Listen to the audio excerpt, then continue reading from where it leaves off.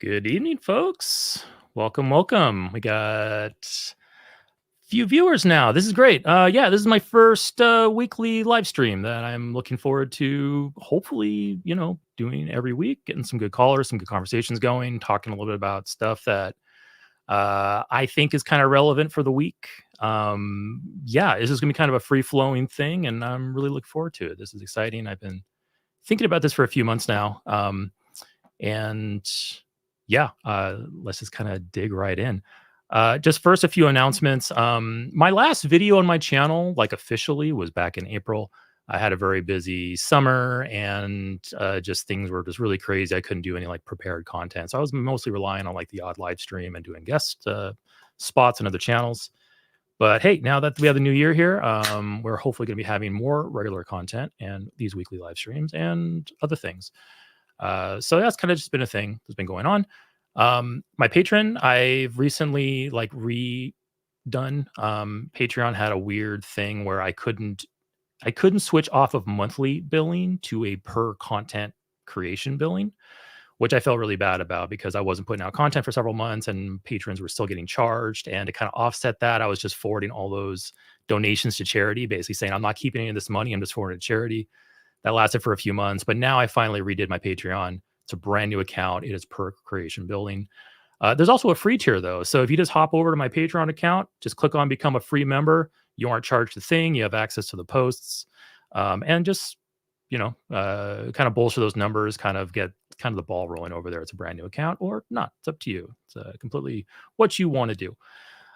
Anyway, I got some people here that friendly faces. Eddie Dean, hey man, how you doing? Eddie's one of the first viewers of my channel, my live stream, so it's great to have you here. BTF Wayne, Presto, Soyev, nice to see you too. So it's great to have you guys here. Anyway, so tonight I have some stuff I want to talk about. I already have a caller lined up. He won't be available for maybe another 10 or 15 minutes, so we'll kind of roll into just kind of the general filler stuff I wanted to talk about. And let's see if I can do this. I'm going to have to figure out how to use StreamYard again because it's been a little while, but that's okay. So most of you know that I'm an ex-Jehovah's Witness. I was born into a Jehovah's Witness family to my detriment and misfortune, unfortunately. But yeah, I was born into that religion, into a family that was in that religion. It dominated my life until my late 20s. There's all kinds of stories and things I can talk about, but there's been kind of a ongoing debate for a really long time around that religion and also other groups. Is that religion a cult? Which personally I think it is. I'll just straight up say right out there, I think this religion's a cult, and I'll explain why. I'm not saying that's what you have to also believe as well, but it's something I believe, and I have some reasons why. And I was thinking about this topic because several years ago, one moment.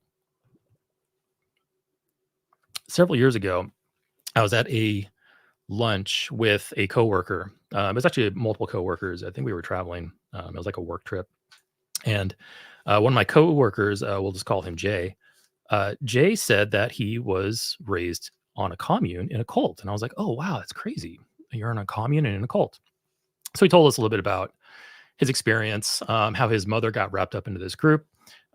This group basically convinced her to come live on their compound, their commune, cut off connections with friends and family, and to work on this like property, and was there for several years of his life, or maybe I think several years of his like really young life, like before he was 10.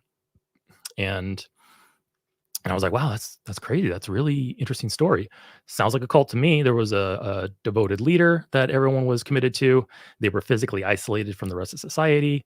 Us versus them mentality of, oh, hey, we have the truth. We have, God's backing. The rest of the world is against us. And yeah, just a very cult-like environment. And I chimed in and I said, yeah, I think I was raised in a cult too. And obviously not the same thing. I wasn't raised on a commune, but I did have my own form of social isolation and social insulation that was kind of placed upon me. And anyway, I told a little bit about that. And then my friend Jay looked at me and says, "Yeah, well, I was raised in a real cult." And I was like, "Whoa, okay. Why would he say that?" And I think it was basically because it depends on how you look at it. In terms of like, being confined to a compound and raised there, that's pretty extreme. I never had to deal with that. But when I was in school, I was told I can't go hang out at a friend's house, or I can't go hang out at worldly kids' houses after school. I couldn't participate in any extracurricular activities. I couldn't participate in birthday parties or Christmas celebrations. My weekends were never spent doing really anything super fun during the mornings. I had to go to church and I go out in field ministry. Whenever a friend at school would ask me, "Hey, you want to come and do this? You want to go to this movie?" Things like that, I had to tell them no because I had to socially isolate myself from people. So while I wasn't on a commune with walls around me, there were walls built up around me. It was the indoctrination and the us versus them mentality that the religion kind of instilled upon us. And so not a cult in Joe's sense, but in a different sense. So that really raises the question: what exactly is a cult, and how do we classify it? How do we identify it? How can we point at one thing and say that's a cult, and point another thing and say that isn't a cult? Um, so anyway, I figure we first start with what the Jehovah's Witnesses say about themselves as a cult, because they have directly addressed this uh, on their website and in previous publications and such. And anyway, I have their website up here right now, jw.org. It's their official website. It has all of their currently acceptable publications up there. Witnesses have been around for 150 years. Much of their old literature has been decommissioned with the term old light. Basically, this no longer accurately represents our position. A lot of it's really embarrassing. Like, go back far enough, 100 years ago, it gets super racist. Really, really backwards. It's always been backwards scientifically, but it's backwards socially, backwards medically, and it's just really, really bad. Anyway, so we'll dive into this here in a second. I just want to welcome some of the newer people that just showed up. Nara, welcome. Maya, welcome. Mark's here. And hey, Pragmatic Crystal, the omnipresent Pragmatic Crystal. Thanks for showing up. And Prag is my moderator tonight, so I'm sure Prag will put down the ban hammer in case anybody steps out of line, which I'm sure nobody will. Hey, and Hooligan, welcome here. Good to see everybody. All right, so let's kind of look into are Jehovah's Witnesses a cult from, first of all, their point of view. Then we'll kind of look at it from a neutral point of view, and then I'll kind of give my final thoughts on it. But so this is from their official website, and this is from their frequently asked questions section. And this article here is fairly short, and fairly short. In my opinion, it doesn't really answer the question. But we have a follow-up article from them from 30 years ago that goes into a bit more in depth. So anyway, so hey, Jehovah's Witnesses have been accused of being a cult. So the question is, are Jehovah's Witnesses indeed a cult? Frequently asked question says, no, Jehovah's Witnesses are not a cult. Let me actually make this bigger so their website's not the greatest. No, Jehovah's Witnesses are not a cult. Okay, that's their answer. So no real surprise there. I mean, nobody wants to be accused of being a cult because that scares away potential followers. Rather, we are Christians who do our best to follow the example set by Jesus Christ and to live by his teachings. So this immediately raises the question with this paragraph here. We're not a cult. We are Christians. Is being a cult and being Christian mutually exclusive? Are there not Christian cults out there? Like, this feels like this is potentially a false dichotomy they're setting up here, basically saying we can't be a cult because we're Christian. Well, we have lots of different Christian cults that were out there, right? I mean, one of them is the Branch Davidians. Let me go ahead and share that tab. This is a wiki article on it. Branch Davidians. Remember Waco, Texas? These were the guys. This was a Christian cult. They had a founder. They had a charismatic leader. They had a compound. And I don't know, maybe some of us here might not be old enough. I remember seeing this on TV. I think it was in 1993.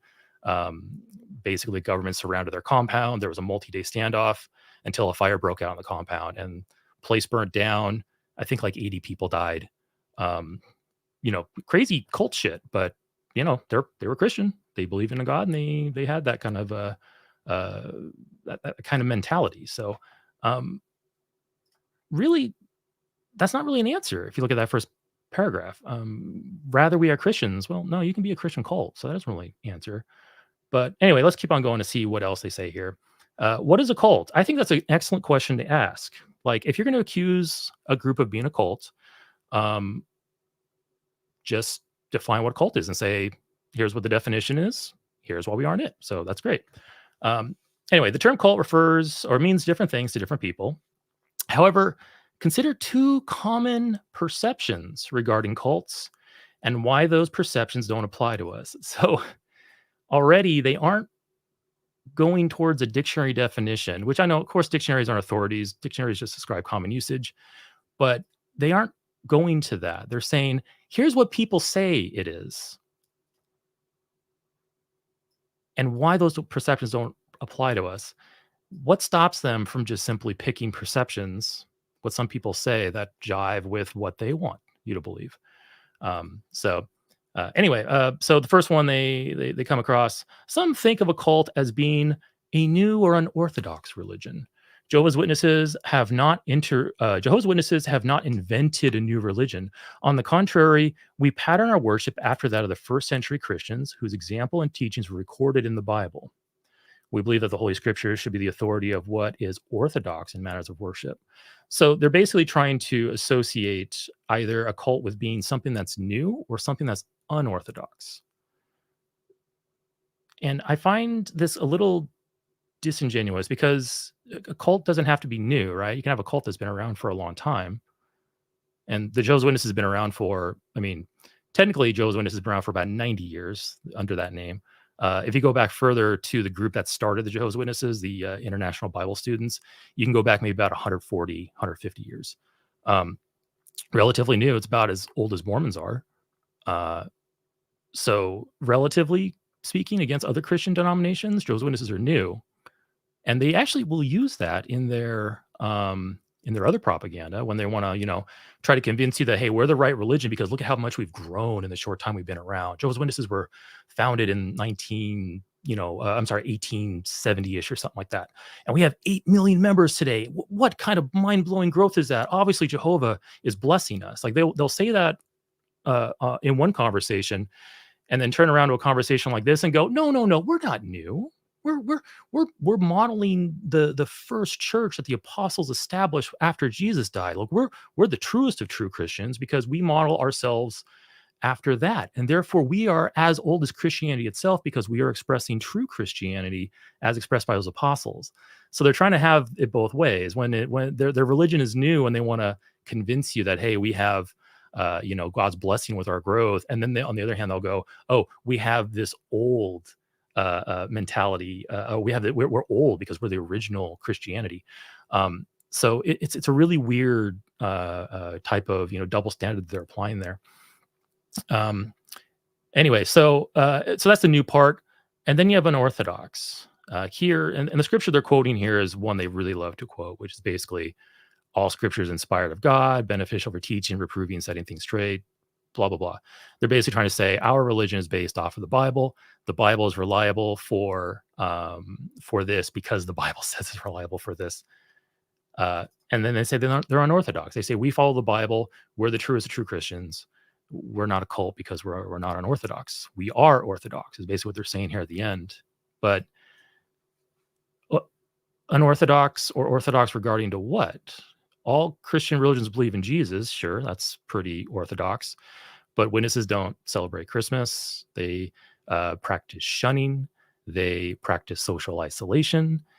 They think that they're the one and only true organization, and they are literally going to be the only survivors once Armageddon strikes and God kills all the non-desirables on the planet. Mostly, they'll fudge the wording a little bit, but it's essentially all non-witnesses. God's going to just pour his wrath out on them.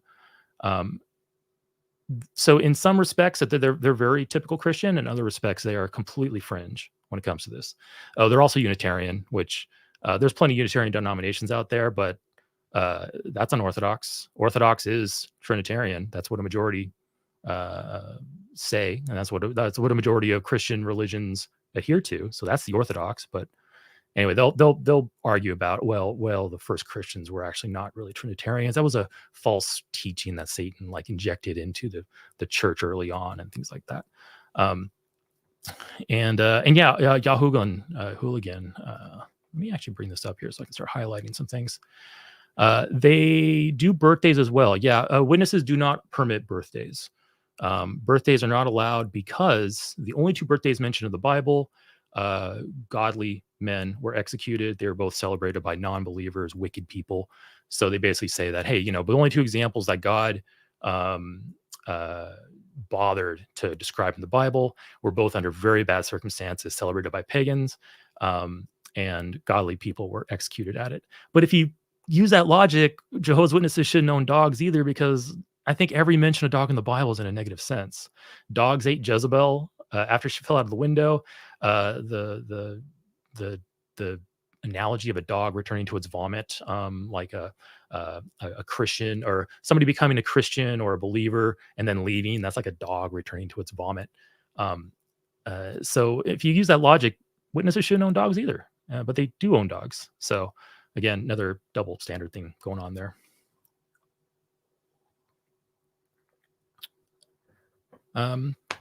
Anyway, and then I have Andrew waiting in the wings. Let me finish up, Andrew. I'm going to finish up this next bullet point, and then we'll start a conversation. I don't want to keep you waiting for too long. Yeah, cool. Oh, and then I accidentally highlighted Andrew's comment. If Satan's views demonstrated the church for centuries, then if Satan's views dominated the church for centuries, then God failed. That's a really good point. That is something that witnesses believe. They believe that the apostles, Jesus established the first church, or I'm sorry, the apostles established the first church after Jesus died because they were the closest to being with Jesus. They had the true religion. And Satan immediately came in, almost immediately, first century, and started corrupting it. And true worship kind of went into like this almost like a hibernation stage. They'll say we had true worshipers throughout time, but it wasn't on like the scale of our current true religion, the Jehovah's Witnesses. True religion wasn't like revived due to God's plan until the 1800s when the Bible students became a thing. And that's a whole nother rabbit hole we can go down. But and yeah, that's a great point, that if Satan can come in and just mess up God's plans, which he has several times according to the Bible, beginning with Adam and Eve, if you accept that the serpent was actually controlled by Satan, that's something that happened after Noah's flood. Satan immediately corrupted mankind again. True religion was corrupted in the first century. Of course, Jehovah's Witnesses will say, oh, this was all part of God's plan, and kind of hand wave it away. Anyway, so yeah, Andrew, we'll get you here in a moment. Let's go past the second point here about why Jehovah's Witnesses are not a cult, according to them. Some think a cult as being a dangerous religious sect with a human leader. Let's keep this phrasing in mind: a human leader, singular. Jehovah's Witnesses do not look to any human as their leader. They do not look to any human, singular, as their leader. Rather, we adhere to the standard that Jesus set for his followers when he stated, "Your leader is one, the Christ." So Jesus basically said, "I'm your leader." And witnesses are saying, well, we don't follow humans, we follow Jesus. Okay, if that's the case, then where's Jesus? Where's Jesus giving his decrees? Where is Jesus determining what is right and wrong within this religion? Where's Jesus saying, yeah, the Jehovah's Witnesses here are my one and true earthly organization? As far as I know, Jesus hasn't done that. We haven't seen Jesus on TV or in a newspaper. Or he hasn't written a book. No, arguably. But we have a group of men in New York called the governing body. They're the channel that Jesus talks to. They're the ones that is disseminating Jesus' decrees into his true earthly organization. And it's funny because here that says that they don't have human leaders, but then they'll go and say, well, we have humans as there are channels for God, basically stating this is what happens. And again, they are using singular here, and we'll see this in the next article if we get to it later on tonight. They stick to the singular human leader, like the Branch Davidians. They had a singular leader. Heaven's Gate had a singular leader. But we have other cults too, like the Unification Church, the Moonies, which the leader was the husband, but also the wife was like a co-leader. So you had two people leading a cult. What if you had a group of three people leading a cult as part of a council? 4, 5, 6, 7, 8, and now maybe 9 members of a governing body in New York telling 8 million people on the planet, yeah, don't celebrate birthdays. Oh, a couple weeks ago, funny enough, yeah, beards are now allowed. Oh, and oh, by the way, we never explicitly prohibited beards. If you thought that, that was your fault, but beards are now allowed. Real story. That's what the Jehovah's Witnesses just announced 2 weeks ago. And yeah, yeah, hooligan. Yeah, just pointed that out. Bam. Yeah, they just started allowing beards, and that's a whole another thing we can talk about because the announcement was done by Stephen Lett, probably one of the most eccentric and weird and oddball of the governing body members. He gave the announcement, and it was quite a treasure trove of laughs. Anyway, so witnesses have human leaders. They're the guys that are saying God's speaking through us. But then they also tell you that, well, we aren't your leaders. Jesus Christ is. Oh, but by the way, if you don't listen to us, we'll cast you out of organization. We'll tell your family to shun you. If I was a witness, I was in a congregation, and I told one of my elders, hey, you know what? I don't think the governing body's correct on this issue. There would be some pretty dramatic repercussions against me if I were to utter those words in a public setting. Even in a private setting, if it got back to an elder, there would still be repercussions. So there, again, it's his double speak here. They're saying we don't have human leaders, but we do have these humans that you must obey. You must not question. They're the ones speaking for God to us. They're the ones that make the rules. They cannot be challenged. There's no election here. There's no election to get these guys into power. It's a tight-knit group of guys, and they only admit other people who follow and conform to what they believe that the religion or God dictates.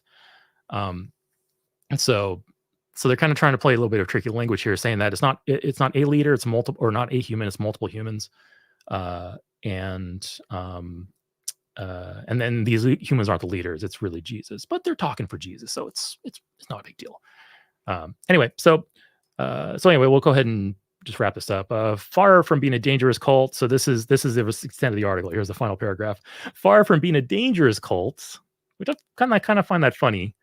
Actually, the dangerous is a part of the previous point we missed. What is dangerous?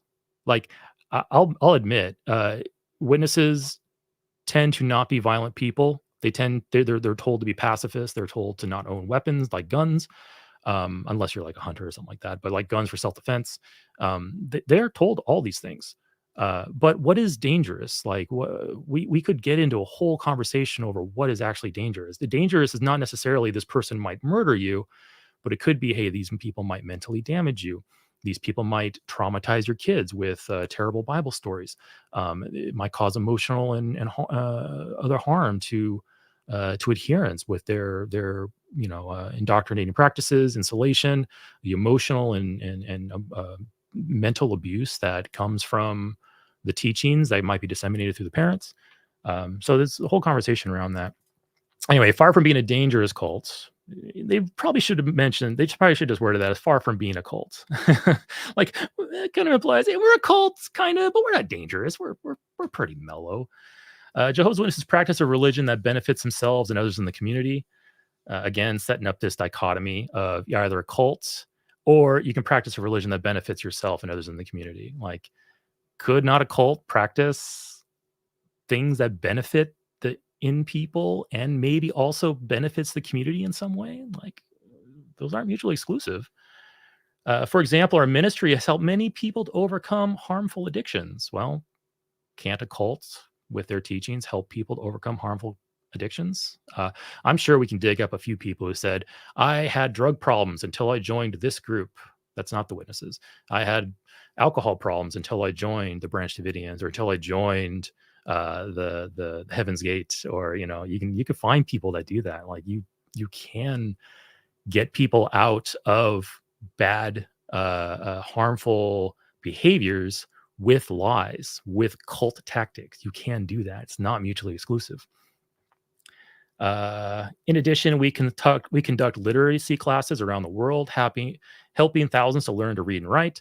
This is true. I remember Witnesses a long time ago. They had some publications on helping people to learn to read and write, but it was always with the goal of so they can study the Jehovah's Witness Bible and become a member. It was always that was the goal behind it. But can't a cult also do this? Can't a cult teach people to read and write so they can indoctrinate them into their organization? Like this is not a defense here. And finally, we are actively involved in disaster relief, and that's a whole another hole we can go down. Jehovah's Witnesses do have a disaster relief program. I participated in it when I was I did some hurricane relief work down in Florida, basically installing roofs and doing like tile work and such. But nothing stops a cult from also doing that. We work hard to have a positive impact on others, just as Jesus commanded his followers to do. And I'm sure every cult thinks they're having a positive impact on others. So anyway, this was their FAQ. We have another article we can go into, but we're going to talk to Andrew for a little bit. So this is a call-in show. So if any theists are out there, I'm going to prioritize theists first. And Andrew is a theist, so we'll get him here in a moment. But there is a phone number and a link up pinned in the live chat. If there's anybody who wants to just call in, that's a theist. Let's talk once the conversation with Andrew is done. And then, if no one calls in, we only have 21 viewers watching, so we might not have any other theists here. If that's the case, then we'll just open up to the audience. Anybody can just kind of call in and we can just sit and chill and talk a little bit. So anyway, Andrew, I'm going to add you to, let's get that out of there. And let's add Andrew. Hey, Andrew, how you doing? Hello. Good evening. Yeah. Congratulations on the billboard. You made enough money to put your channel name on a billboard. People can see it on the highway. I just went up there and spray painted it. I didn't actually pay for it. It lasted a few hours before they took it down. Oh no, no. Actually, this was. Let me pop it up there. Thanks for the compliment, by the way. This was just Mid-Journey. This is AI generated. I had to regenerate it probably 10 times before I finally got it to look just right. Very cool. So yeah. So AI is going to rule us all one day. But right now it makes really cool pictures, so I'm going to enjoy it while it lasts. So just to put a little bit of background. So Andrew, we've talked twice on the line, but I understand you've called in more than that. And we also had an email exchange where we talked a little bit about Pascal's wager. So you and I have a little bit of a conversation, a little bit of a history together. And we talked on the line a couple weeks ago, and then we bumped into each other on another live stream. And you were like, "Yeah, this is Andrew from the line." I was like, "Oh, hey, Andrew, how you doing?" And then you said, "I'm also the guy you talked to about Pascal's wager on an email months ago." And then my brain was like, "Oh, Andrew." And then, we got rolling with that. So anyway, so I invited you to come in. You're my very first guest on this call-in. And what would I talk about? You want to feel free to introduce yourself a little bit too first, or you can just roll into whatever you want to talk about. Oh, cool. Yeah, I'm currently a practicing Catholic, but I've been a Christian for about 18 years. I'm still, to this day, a Christian. But the conversations we've had were to help me deal with problems I had because of my religion. So I do admit that religion does give me problems, mental health problems, and you actually helped me out a lot. Before we had our email exchange, it was your video. It's like, can God not kill children? And you were like one of the key figures on the internet. That's like, wow, really put the light bulb on me about how many flaws the religion has, even my own religion.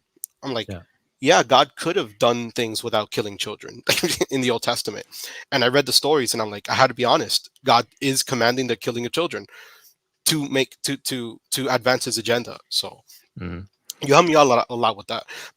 And I was also on a personal level. Oh, go ahead. I'm glad to hear that. I'm still a very small channel, so I don't get much feedback yet. But I appreciate that feedback because it warms my heart and it kind of encourages me that, hey, I'm having what I believe is a positive impact on people. So yeah, thank you very much for that. Oh, for sure. You were logically sound, very polite, straight to the point. You didn't just insult religion, and and that checklist you gave was like brilliant. The yes, maybe, no, yes, Yeah, maybe, no. Check. It's just it laid it out perfectly. So yeah. Well, I appreciate it. yeah, and and so that's how I first learned about you, and then we had the email exchange because I had called you on the line, Hmm. and that was it's to help me with the fear of hell because I had struggled with the fear of hell like for more than a decade. And Yeah, I'm a religious person. I'm doing the right thing, but I'm still struggling with the fear. So yeah, yeah. you yes, it's I tough. so my background as a Jehovah's Witness. Jehovah's Witnesses don't believe in hell. Like there's no they're annihilationists. So basically, when you die, you're just gone. Like there's no persistence or suffering afterwards.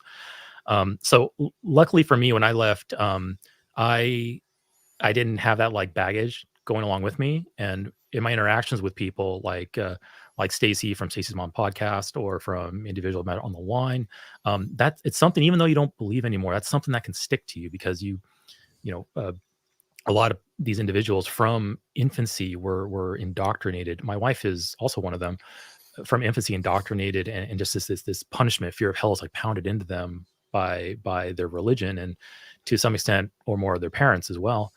And that's something that's not easily dropped even after you stop believing in a religion, or if you convert out of it and go to a different religion, that it's still in there because it's kind of wired into your brain due to your upbringing. And I appreciate the difficulties that it could potentially, I don't fully understand because I've never dealt with it, but I can appreciate that. I can imagine the stress and the distress that can cause people as they leave. Um, Yeah, yeah, it's distress for people, ironically, who have already left and denounced these beliefs.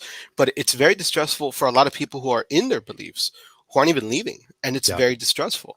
And they're doing exactly what the text says, and yeah, like but there's no like definitive okay, you're going to heaven for sure. Like you have no, there's no way to know for sure yeah, on this outside of heaven. So it's very it can be very distressful yeah. for even for There's Christians. Yeah, and this is where we can like get into all kinds of branches about how Christianity has dealt with this dilemma. Like, is faith without works dead, or is it faith only you need? Are there a group of elect that God has simply just chosen, and then no matter what they do, they're going to heaven, and if you're not chosen, you're just shit out of luck. Yeah. Um, and then it creates that stress, that constant stress for people who are in because they're always questioning themselves, am I doing enough? I think I'm doing enough, but can I do more? Am I missing something key in the teachings that's going to basically keep me from getting that reward, and I'm going to get the punishment instead?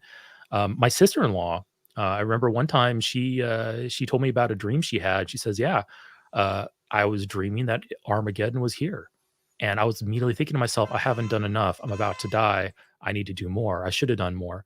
Like that was in her one of her dreams. And she lives under, at least that indicated to me that she was living under that fear that, we aren't doing enough. And that's one thing the witnesses have done quite a lot. They're always pushing you to do more. And they will tell you, if you think you're doing enough, really check yourself. Because are you really doing enough? It's that perpetual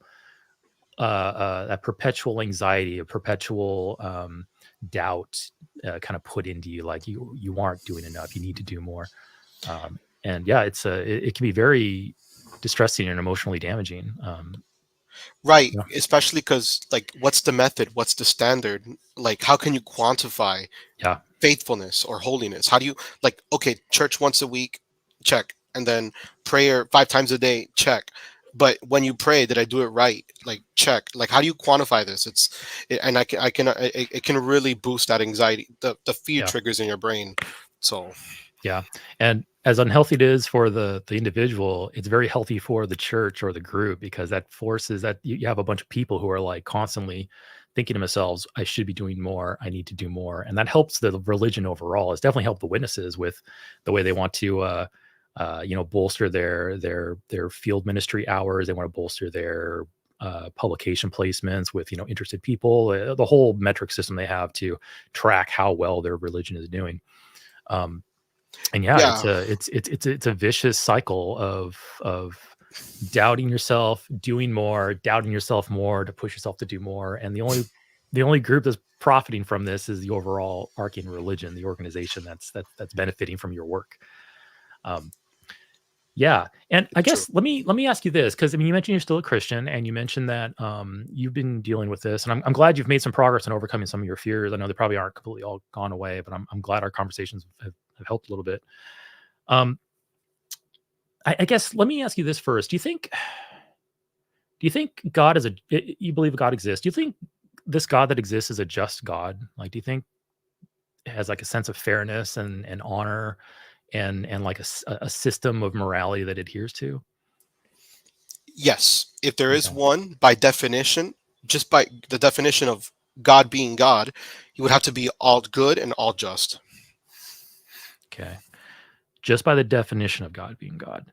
Um, we could go into that, but we'll just go ahead and just roll with the Christian God, the typical Christian God that, because I know that's the one you're adhering to. Um, so definition of God being God, he is omnipotent, or he's just and omnipotent and all good. So do you think that a God that is just would necessarily punish somebody who believes they're trying their best, but let's say they're innocently missing a point of doctrine that they've simply overlooked, not through any like laziness or anything on their own, but just they just didn't read this one scripture, or they missed the point or something like that. Do you think a God would punish somebody in that situation, No, or do you think not no? anymore. Okay, Not anymore. you used to Although think that though. I used to, for many years, I used to think that when I was in my more cultish types of Christians denominations, I wasn't always a Catholic. When I was a Reformed Baptist Uh, and a Calvinist, I yeah, did think that yeah, many Christians were deceived, and a just God would apply his justice to well-meaning Christians, okay, and that's just justice, and I just had to accept it. okay. That's interesting. So you were a Calvinist and a Baptist, and now you're a Catholic. Yeah, yeah, Uh, let's actually switch gears to that. I want to know what that journey was like. How long ago did that happen, and kind of what was your motivating thoughts yeah. behind it? I was a Reformed Baptist. We call it Reformed Baptist, Calvinist Baptists, um, little branch, and I Okay. was actually a preacher and a prison minister. Oh, And okay. so I was preaching in my church, discipling, preaching on the pulpit, trained to be a pastor. But so it was Bible only, Bible, Bible, Bible. It was super Bible. That was my Christianity for a long time, Okay. longer than I've been a Catholic. You said And then you said 18 years you've been a Christian. yeah, yeah. Okay. So this took about 10 of those years. Okay. 10 years. Hardcore, super Bible, everything hyper literal. And Uh-huh. then I started to change gears when I got out of my like Baptist box. Okay. And so I wasn't super Bible anymore, just because of scholarship.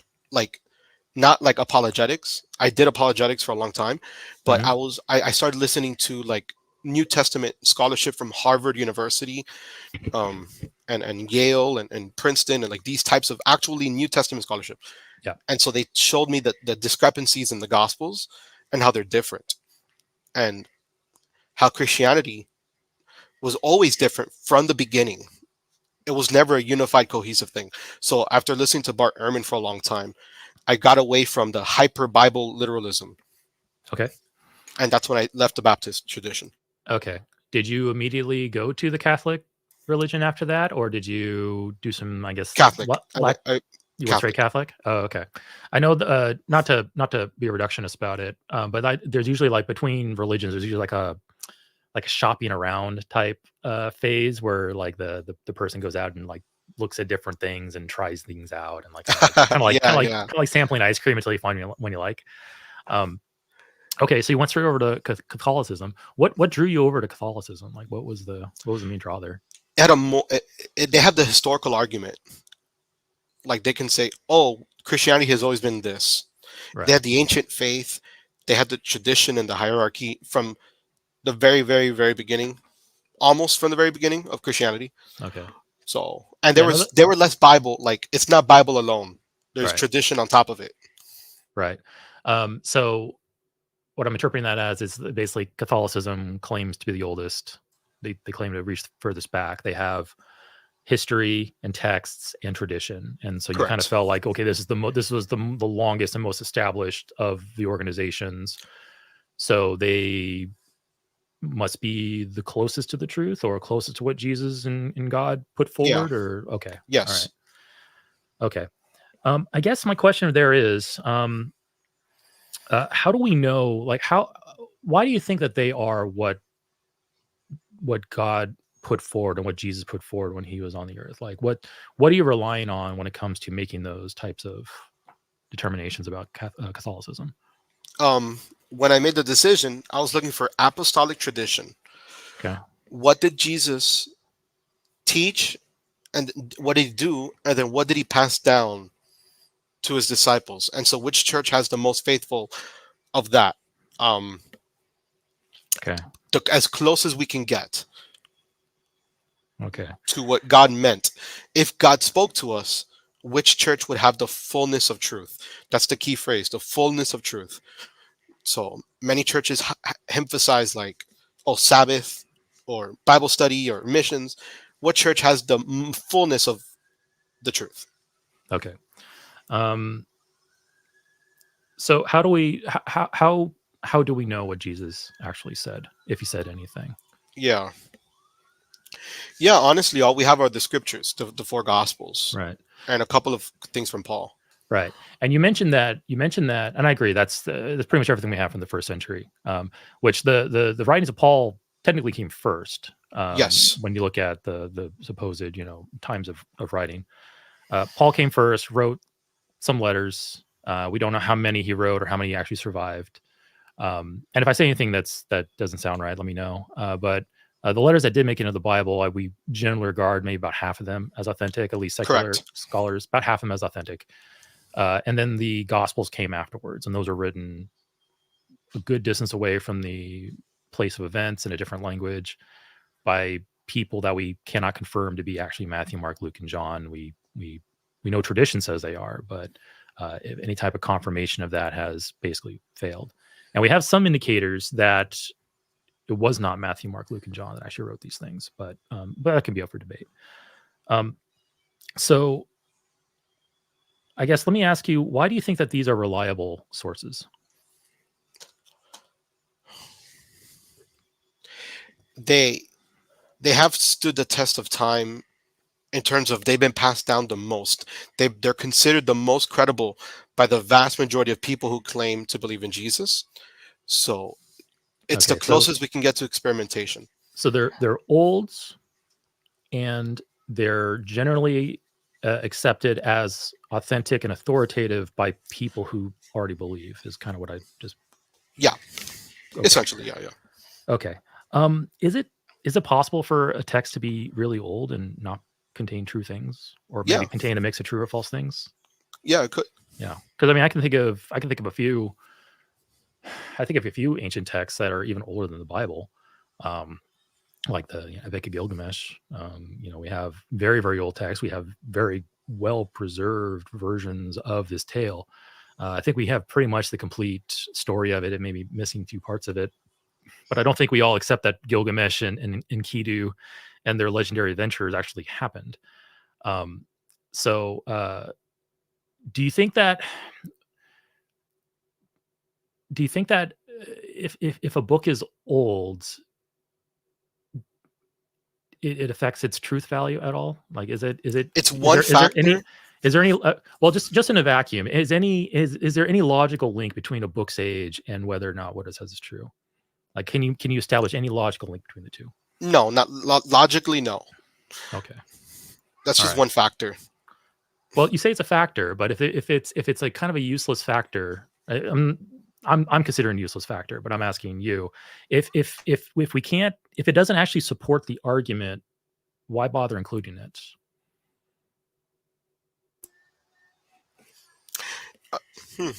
It seems like I'm just taking this to add on to my belief, to justify my belief. Yeah, I understand that. I mean, if it like we were actually just the JW cult thing that I was just going over.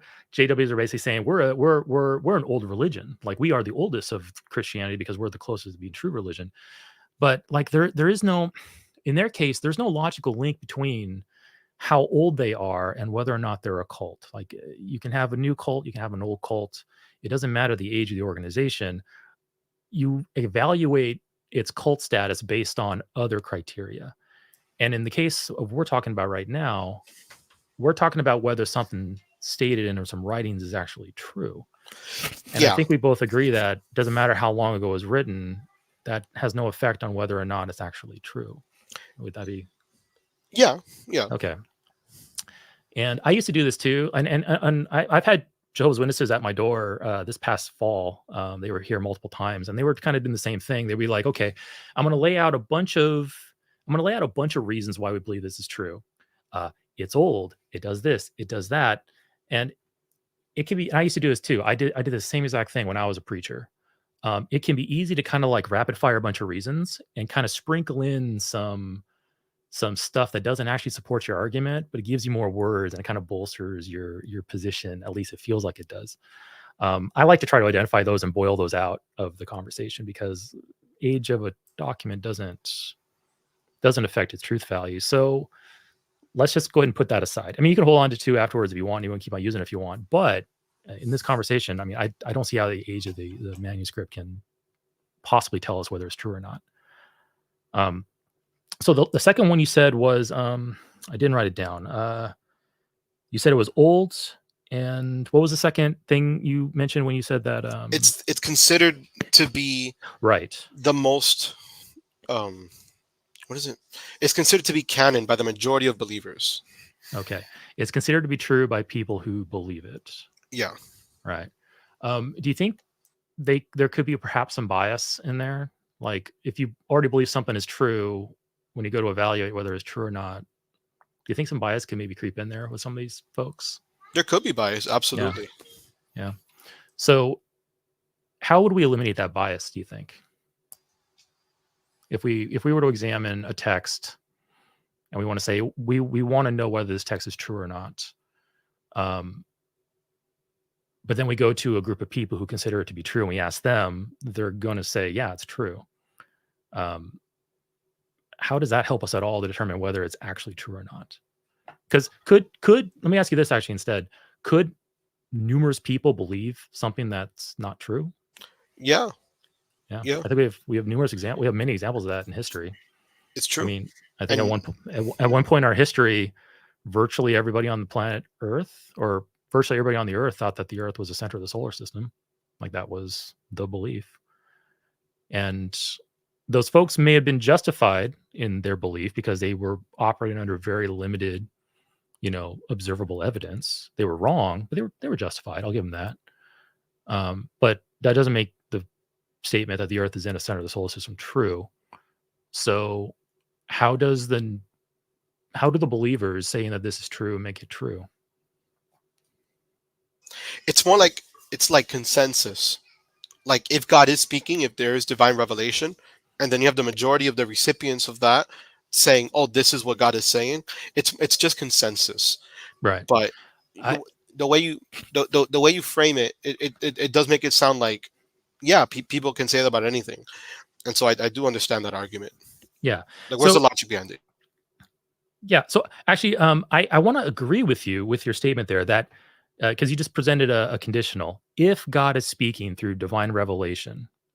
If God is speaking through divine revelation, then we can expect people to believe it based off of divine revelation, or it can be considered true based off divine revelation. So, I mean, let's just say that statement is true for a moment, or it's at least valid. How do we determine whether God is actually speaking through revelation? Because that statement's useless if that first conditional can't be shown to be true. How can we determine whether God's actually speaking through divine revelation or not?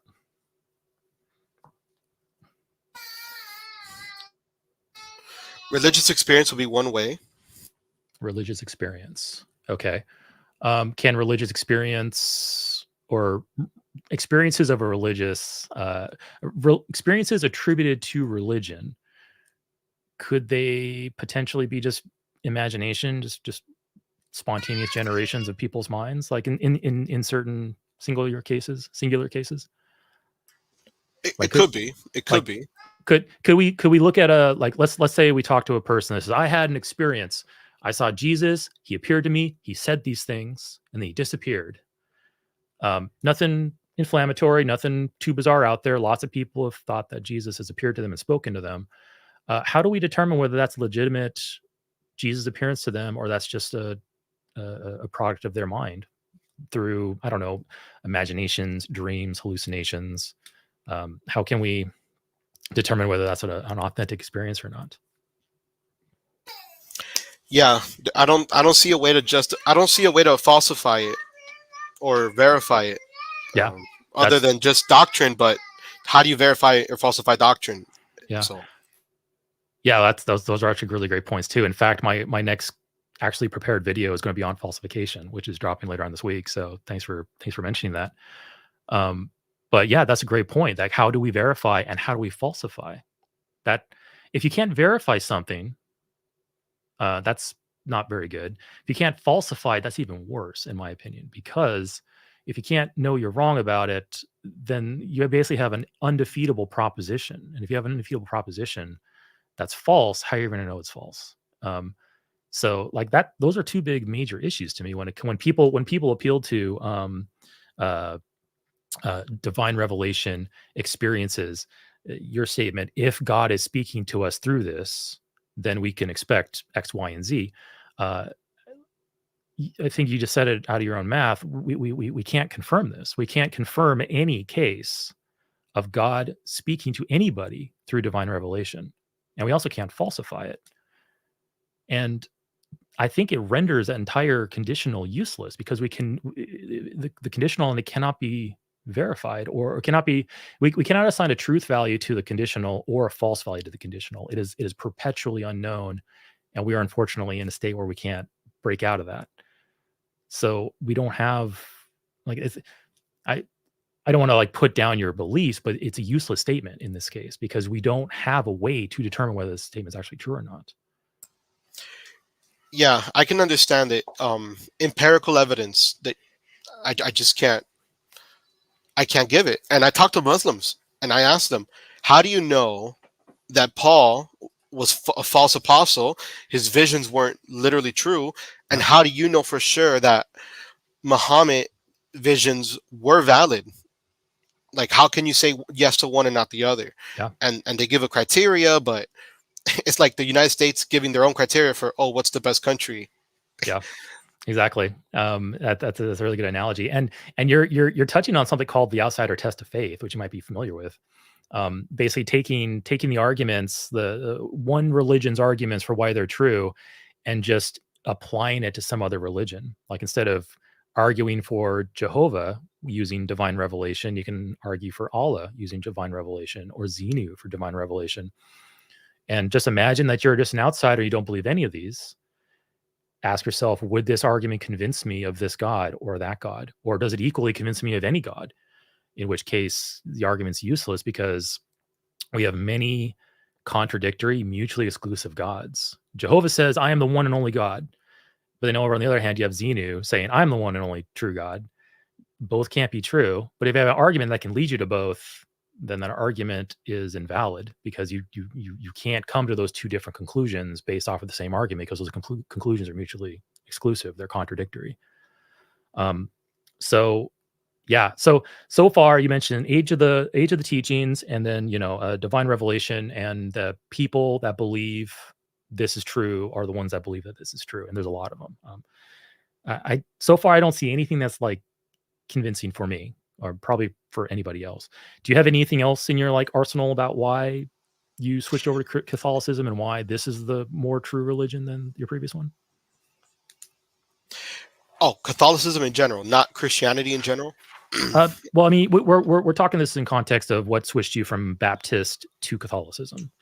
So, like, what convinced you that Catholicism is true, and why did you adopt it? This is the context of the conversation. Yeah.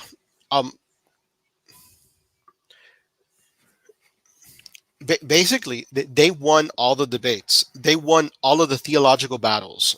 As diverse as religion is, they got the biggest microphone. They have the most amount of followers for centuries, and they rooted out the heretic, the Gnostics, and they rooted out the Ebionites. Of all of them, they got the. They said they were the ones to establish it as a global religion. So Okay.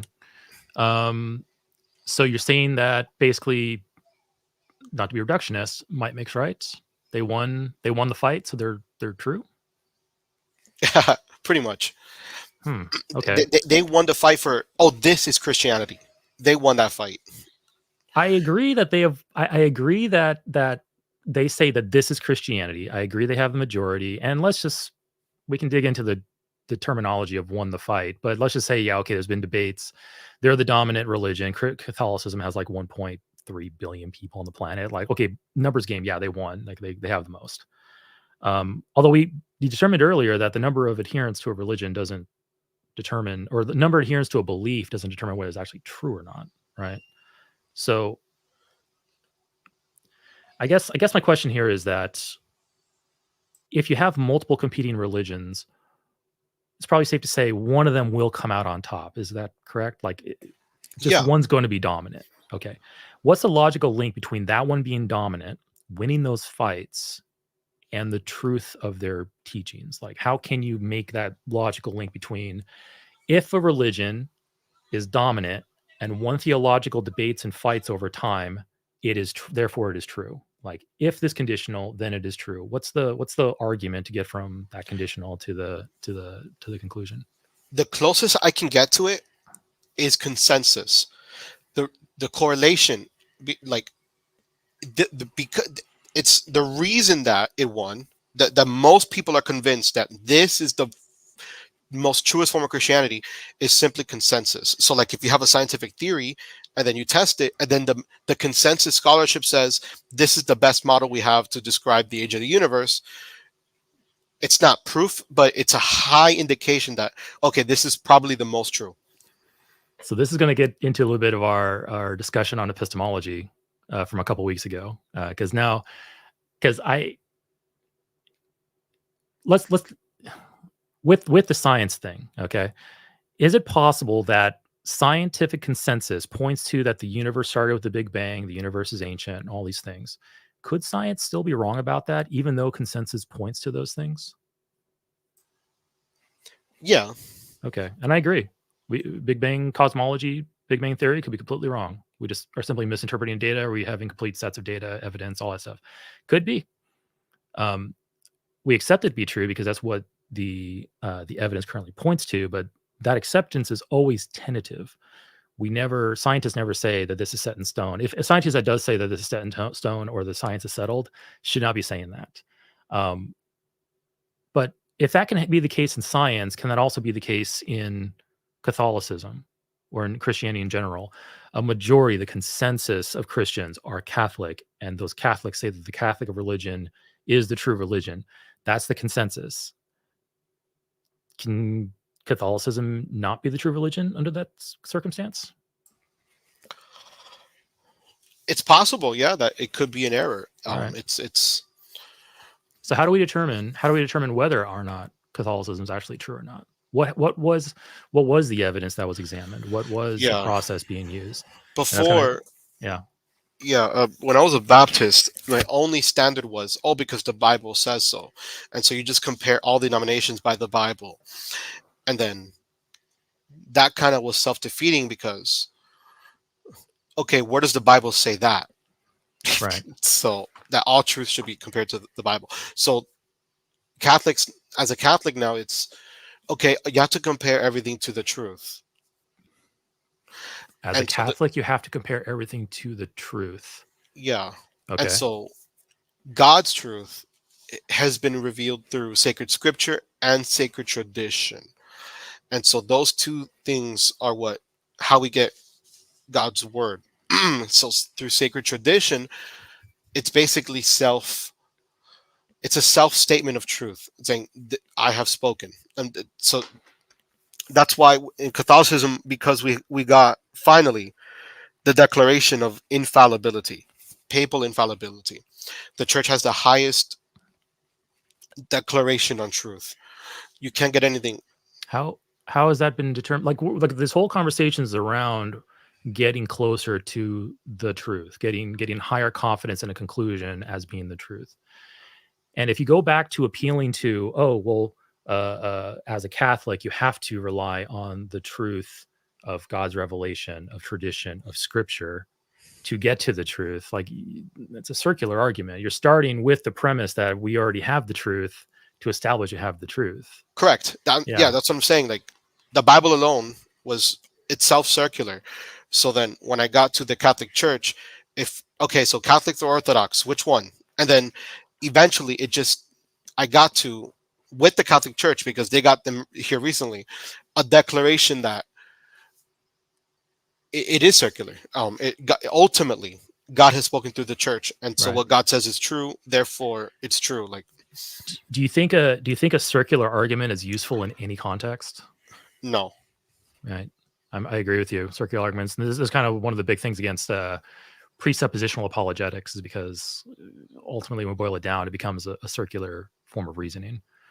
And so, if it can be, if Christian, or I'm sorry, if Catholic reasoning that the Catholic religion is true is circular, what value can we find in that, in actually in using it to determine whether the Catholic religion is actually true? Because Catholic religion could potentially be true, just the argument's really bad for it. If we just ditch the argument, what else do we have on that? Like, how else can we come to the conclusion that we're looking for? right. Because the problem is if you go to anything outside of it, you're putting that as a higher authority than the truth, than God talking itself. Why is If that a it, bad thing? Why is putting something else as a higher authority over God said something a bad thing? Because it opens the floodgates. yeah, it does. When this is kind of one of the big things that one of the revelations I had, personal revelations I had when I was breaking out of the Jehovah's Witnesses. Once you open those floodgates, once you realize, wait a minute, maybe God's decrees are not authoritative. And when I say God's decrees are not authoritative, I mean maybe this God doesn't exist. Maybe this God's just wrong about things. Maybe God does exist, but I've been told falsehoods about him by humans, and I have a misconception of what this God is. Once you kind of cross that line and you think for a moment, wait, maybe what I think about God and what he says is not authoritative, it does open those floodgates. You start looking at other options. And I think that's a good thing. Do you think it's a bad thing? The methodology itself inherently is not bad. Okay. It's good because Right. if it's not true, I would want to know. That's If there is no God, I would want to know.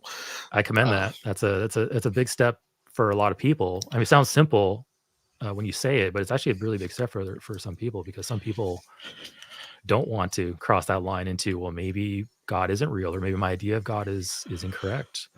it's the Um, scariest what if that a Christian can think, yeah, and yeah. it's It's I- it's worldview shattering. It is frightening. I absolutely agree. It's a huge step to take. it's like when I first found out that the Bible has contradictions, Yeah, and I do believe it has contradictions. yeah, That's why, because Catholics are allowed to believe that. It's one of the loosest. It's a little bit loose there, yeah. and I'm like, when I first found out, I'm like, oh man. So if there's things that there's one thing in here that's false, what else can be false? Right. So let me ask you a more personal question then. Let's say tomorrow you, for whatever reason, came to the conclusion that, you know what, I think my perception of God is false. I think the Catholic perception of God is false, and I don't really know whether God actually exists, and if he does exist, what he's actually like. If you were to come to that conclusion, how would that make you feel? Um, Terrible. Yeah. It would feel shattering. It would destroy my very identity. And like I built my life for nothing. I can Like appreciate everything that. I built my life around, I did it for nothing. Yeah, I can appreciate that. I went through those same exact things. Um, I think one of my biggest hangups was I really loved thanking God for the nature that I saw, because I love nature. I love sunsets. I love mountains. I love snow. I love trees, lakes. Like it's my jam. And I used to really have an appreciation for these things. And I used to thank God under my breath whenever I viewed like a really awe-inspiring like landscape. And that was one of the biggest things that stood out in my mind after I started doubting whether God existed or not, was that, hey, this stuff feels empty now. There's nothing, there's no intent behind it. It's just a natural process that made this. And that was a big thing for me. Um, I so I appreciate the emotional I appreciate the potential emotional impact behind that if you were to come to the conclusion or to the realization that either God doesn't exist or you have a misunderstanding of what God actually is. Yeah, man. Yeah, it Yeah. was. So here's my next question. Do you think that emotional that potential emotional state that nobody wants to go through, nobody wants to experience, do you think that could be clouding your judgment when it comes to your determinations on whether you have good reasons or not to believe in a God? It is. Yeah. It is. Um, it hit me 2 years ago Hmm.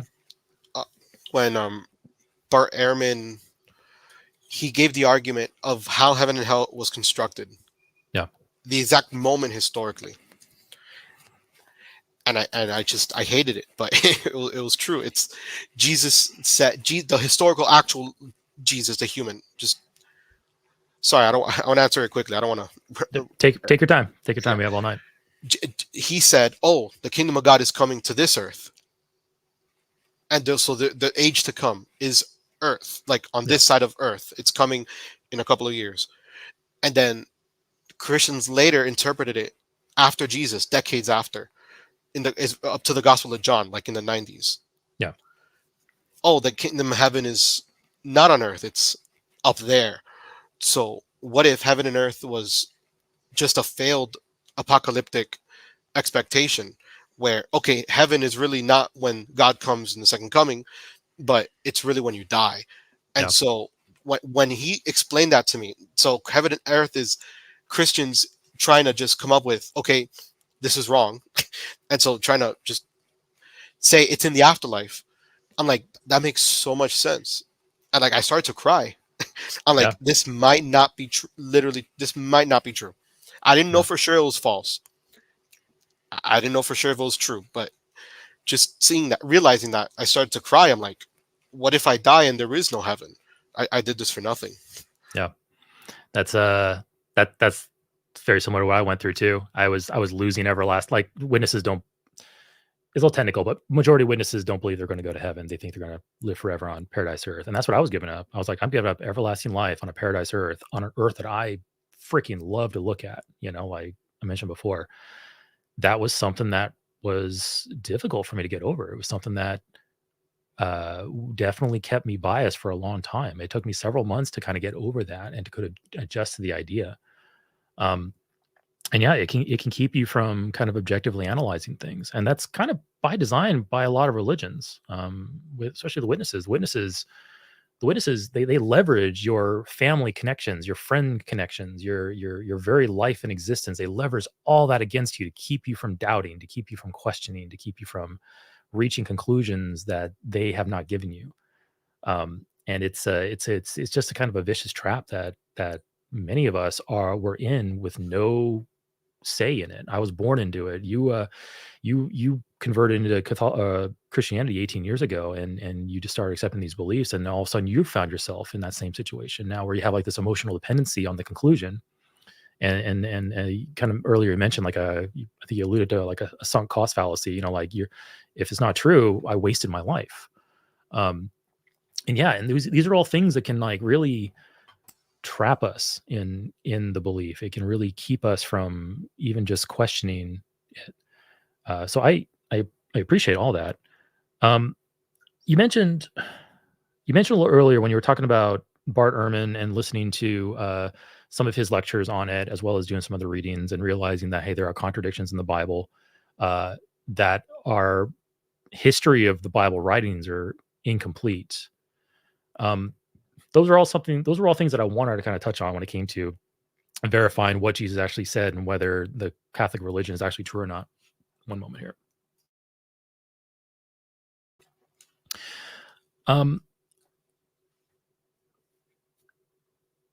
So I appreciate you brought up all those things. Like, are you familiar with like some of the manuscripts we have from like the 1st and 2nd centuries, like kind of the conditions that they're in and how much we have? Yeah. Codex Sinaiticus. The oldest Yeah. one is P52. It's like the size of a credit card, and Yeah. we don't have the originals. Yeah, I know. small stuff. Yeah.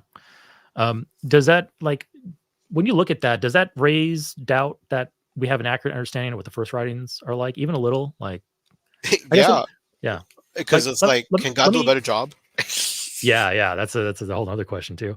I guess let me first ask you, what's your confidence level that the writings we have now are an accurate copies and translations of the originals? Just ballpark it, not to worry about 85-90%. 85-90%. Okay, interesting. So of the original writings. Okay. Yeah. And I would probably even accept those numbers. I'd probably maybe go to like 70s or 80s in my opinion. I think we have fairly accurate copies and translations of what's going on. But I also agree that we have lots of contradictions between the writings and everything. The next question would be, how high is your confidence that those writings accurately reflect what actually happened? Wow. Because the timeline, if you look at the timeline, and I think this is generally agreed upon, timeline is Jesus was baptized in the year 30-ish, had a 3-year ministry, was executed in 33 AD. And then we had a few decades go by, or I'm sorry, 2 decades go by. Then Paul did some writings. And then about 60 to 90, somewhere in there, that's when the gospel started to get written.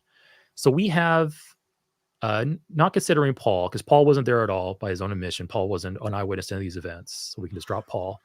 Between Jesus' death in 33 and the earliest writings, probably Mark, probably 60-ish CE, 80, we have almost a 30-year gap right there of no writings, possibly as long as 50, depending on when do you think Mark was written. What's your confidence level that the writings of Mark, those first writings, accurately depicts what happened decades earlier? Wow. Okay, so I separate it into 2 categories. Okay. Supernatural things that are like, we know they don't happen on our day. Mm-hmm. And then anything else that's not supernatural, things that can happen in how we know the world is today. Okay. So I like that approach. Yeah. Because all right, how can we know like the supernatural stuff happened, right? You're right. That's a great question. So yeah, go and give me 2 percentages then. Give me the percentage confidence that the supernatural things were recorded accurately, and that the natural things were recorded accurately. Like, go ahead and break those up. Yeah.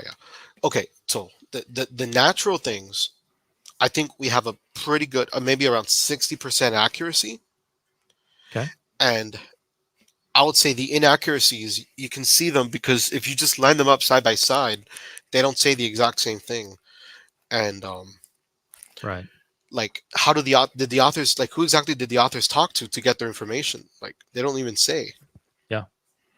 There's no footnotes. So when in the gospel, so I would say maybe 60% accurate. Like, there was a Jesus, grew up in Nazareth, had a 3-year ministry, went to Jerusalem, and then the supernatural stuff, like the miracles, the resurrection stories, the appearances, the baptism, God speaking out of heaven.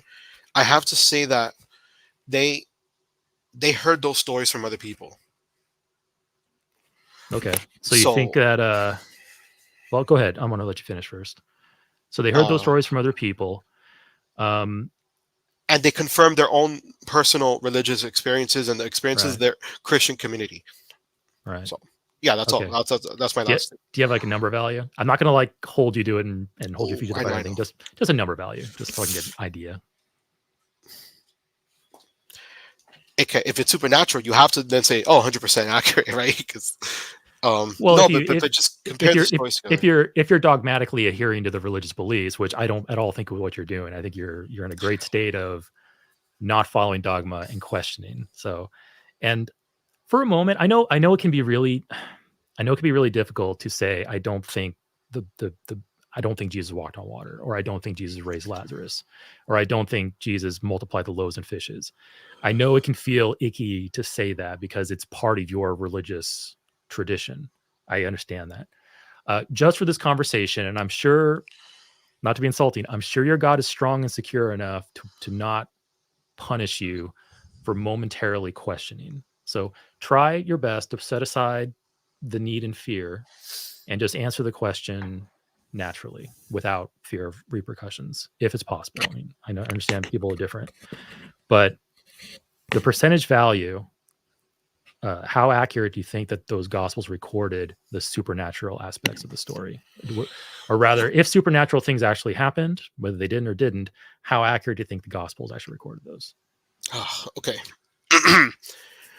Let's get to, wow. Let's get through. I'm trying to get through my Christian programming, right? I believe this as a Christian, but I fully appreciate the difficulty. So take your time. I'm not. yeah. Yeah. All right, so there's there are two stories in the Bible. I'll start with this. There are two stories in the Bible that are supernatural, and I look at and I go, this just couldn't happen, Mhm. and it's so unbelievable. It's ridiculous. And so I'll give you those, and then I'll try to pull up a number Okay. when I Fair enough. talk myself through this. But Okay. the first story. we're here to support you, man. We're this is Oh, like thank you. a therapy session. I'm here to hold your hand, and there's no Yeah. judgment here. So yeah, Where's my couch? yeah. Lay down. It's a pillow comfy. You want to drink? Just Yeah. go over it. Yeah, yeah. Oh. Go ahead. The sons of God mated with the daughters of men in Genesis 6, and they had giant Nephilim babies. Mhm. And I go, that is so. Like, Christians don't see the problem with that. First, there's no archaeological evidence that any superhumans were ever created, and you can see this in other religions, like deities mating with beings and creating half breeds. And this is so, like, how did this even make it into the Bible? Yeah. So I just don't believe that. And one story in Matthew, it's only in Matthew, where Jesus resurrected, and then a bunch of zombies come up and just start going all over the city. Mm-hmm. Yeah. And it's like so random. It's like, who put that there? Because it's not in the other gospels. So I know for sure those cannot be true. Okay. Like, okay. So the other ones, how accurate are they portraying them? Based on all of them disagreeing with each other, even on the supernatural stories, just the inaccuracy, like in detail, I would have to say maybe like 50%. 50%. Okay. What's a miracle story in the Bible that you think actually happened in the gospel? Let's focus on the gospel. So we're talking about the time between events and the actual writings. What's one case of a miracle in the Bible, supernatural event in the Bible that you think actually happened? Yeah, something that is recorded in the Gospel of John and in the Synoptics. So it's independently attested by different Christian communities, like, that didn't talk to each other. So I guess the resurrection itself. Yeah. The event, right? Yeah. And understandable too, because all of Christianity hinges upon that one supernatural event. If that didn't happen, then everything just falls apart. Yeah. So I can appreciate the. But I do see that they describe the details differently. So there's got to be an accuracy in the way they think it happened. Yeah. And you mentioned too the like you don't accept the zombie part of the resurrection event with Matthew, which I think also, like, certain things happen, like the sky darkened, the curtain in the temple wrenched into, zombies came up and out of the ground. Roman soldiers were lamenting over, oh, this must be really Son of God, because all these crazy things were happening. So how many independent accounts of the resurrection do you think we actually have in the Bible? Because we have 4 gospels: Matthew, Mark, Luke, and John. They all describe the resurrection. How many of those do you think are actually independent? It seems we have 2 or 3. 2 or 3. Okay. I would argue we have 2, because I think John is really the only truly, I'm not a Bible scholar, truly independent source, because we know probably Mark came first, and then Matthew and Luke copied big parts of Mark. So I think Yes. just right there, that automatically makes those three a single source. We cannot call those independent. Correct. John, on the other hand, like you mentioned earlier, John is kind of his own thing. So when was John written? Around the 90s? 90s. 90s to, I think, as late as 110 by some people. Yeah. Like, how long after 33 is that? That's 70. That's potentially 65 to 85 years. Correct. It's quite a long time. It is. How can we be sure that John was written in a vacuum and John wasn't influenced by the stories or even the writings of Matthew, Mark, and Luke? Do we have any confidence that that's the case? How can we be sure? Yeah, or just not even be sure. Just what's our confidence level in that? How confident can we be that that John is truly independent and was not influenced by either the writings of Matthew, Mark, and Luke, or the stories, the oral tradition that Matthew, Mark, and Luke were based off of? I don't think we can. I don't think we can know. Like we don't know who we spoke to. We don't know how we got. We weren't there. Like we. I can fully appreciate the answer. We don't know. I could maybe argue towards that they aren't independent, that John was influenced by these things, because we have the stories are generally the same. They follow the same kind of beats and patterns. It was written in the same time period, surrounded by the same people. Matthew, Mark, and Luke were already decades old by the time John was written. Like, we could potentially argue from that, but let's just ignore all that. I'm just gonna say, okay, yeah, John was independent from Matthew, Mark, and Luke, and John was just based off of the oral traditions. Does that at all like help us determine whether Mark or whether John was accurately recording that history? Like, honestly, yeah. Like even if he was 100% independent, like, yeah, I see that argument. How does that therefore prove that he was an eyewitness, or what he wrote down is exactly what happened? Yeah, I think that's kind of one of the fatal flaws of the confident of the truth of the Gospels. Like, maybe the Gospels are 100% recording true history, and we just can't see it because we don't have the evidence. It could be the case, but at least from my point of view, if we have this nebulous period of oral tradition between the events and the writings that we cannot reconcile, that we cannot examine, that we cannot eliminate as a source of doubt, and it's a huge source of doubt. And many apologists have tried to do that by just saying, oh, oral tradition was so strong back then, people would never like distort stories, or they passed them along. They had a good memory back then. The apostles were alive and telling these stories, and they were keeping the stories in all these communities from diverging and becoming too different. Like, there's all kinds of excuses around this, all of which I reject. It's that nebulous, fatal flaw in this chain of custody. I think J. Warner Wallace uses the chain of custody analogy because he's a former cop. Allegedly, there's been some doubt thrown on some of his story as a cold case detective. But anyway, I digress. This chain of custody, where the very first link is so tremendously flawed. You can have a bad first link, get to the Gospels, and then the Gospels are 100% accurately written and transcribed after that. That first link, where you cannot determine whether those Gospels actually recorded history, is, I think, the most fatal flaw of it. You have a 99% solid chain of events, but that first link is flawed, and that's where it would break. Yeah. Like, it would help so many of our debates if there was a video camera. Yeah. You know, like video camera, or I heard recently, I forget who it was from, but maybe put a copy of the Gospels on the moon for us to discover in 1969. Like, that'd be pretty impressive. I mean, and a God with infinite magical abilities can do just about anything to transmit this message to us in any manner, a better way. Like, we could all have the Gospels in our brains that we can read verbatim, and if we all match up together, like, hey, there might be arguments around whether God's actually doing this or not, but hey, that's much stronger evidence than we have now. We would definitely be more closely examining this as potentially true than we are in this current state. There was another one. billboards, like have a billboard that God manages, and just up there is the gospel all the time. Like, or have multiple billboards around the planet. They're all constantly giving you the same exact information for the past 2,000 years. Um, there's all kinds of like better ways to do this. And that's just me using my limited imagination. I'm sure if somebody sat down and thought about it for more than an hour, they can probably come up with much better ways. I guess it kind of comes all the way back around to our first question here, which we'll probably wrap up here pretty soon. I know you said you only have about an hour, or we were going to keep it around an hour.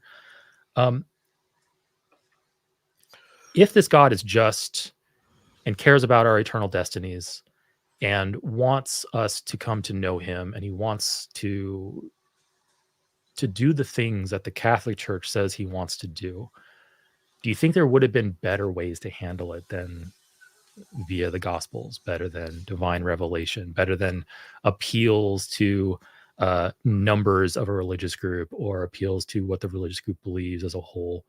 Can you imagine better ways to do this? I'll think, wow. Could there be better ways? I'll think of one. If Jesus didn't ascend to heaven, if he just stayed on earth as a glorified spirit being and literally just sitting on a throne in Jerusalem, a physical throne, that would... That's a good idea. I like that. Yeah. Just Jesus like, I'm here. This actually goes all the way back to my Jehovah's Witness cult critique, where, you know, they claim their leader is Christ, but Christ ain't here. It's a bunch of men claiming that they're representing Christ. And that's what the Catholic Church has too. The Pope is was it God's mouthpiece, infallible. Anything the Pope states about religious doctrine is infallible. It's your direct line to God through this guy.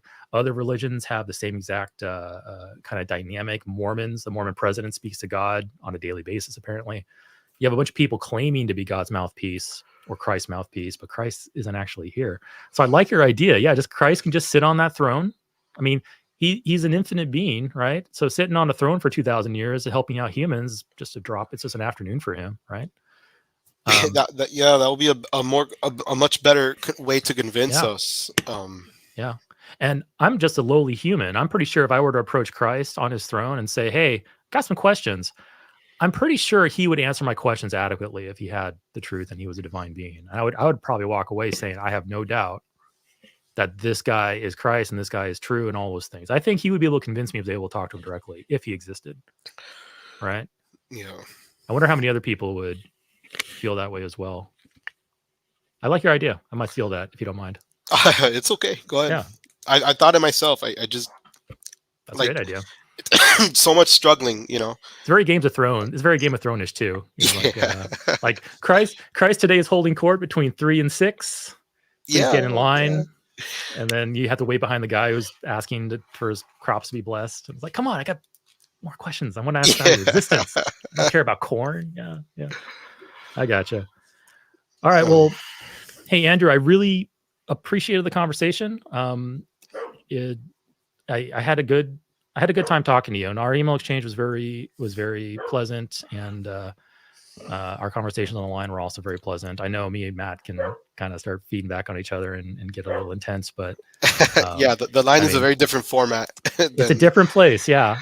And just kind of on a tangent there. I know some people disagree with the approach that some people take on the line. Like obviously Matt Dillahunty has gotten many criticisms about some of his approaches to how he handles certain callers. Other people have been like, you know, I don't know. I'm probably going to get criticism leveraged against me. You should have been more strict about this. Or you should have really jumped on him about that. Or, you know, he was not you specifically, but people I talked to, like this person was spouting bullshit. You should have like knocked that down. Like there's all kinds of different like approaches and strategies to conversations. And I think that they're all, most of them, probably 99% of them are valuable in some way.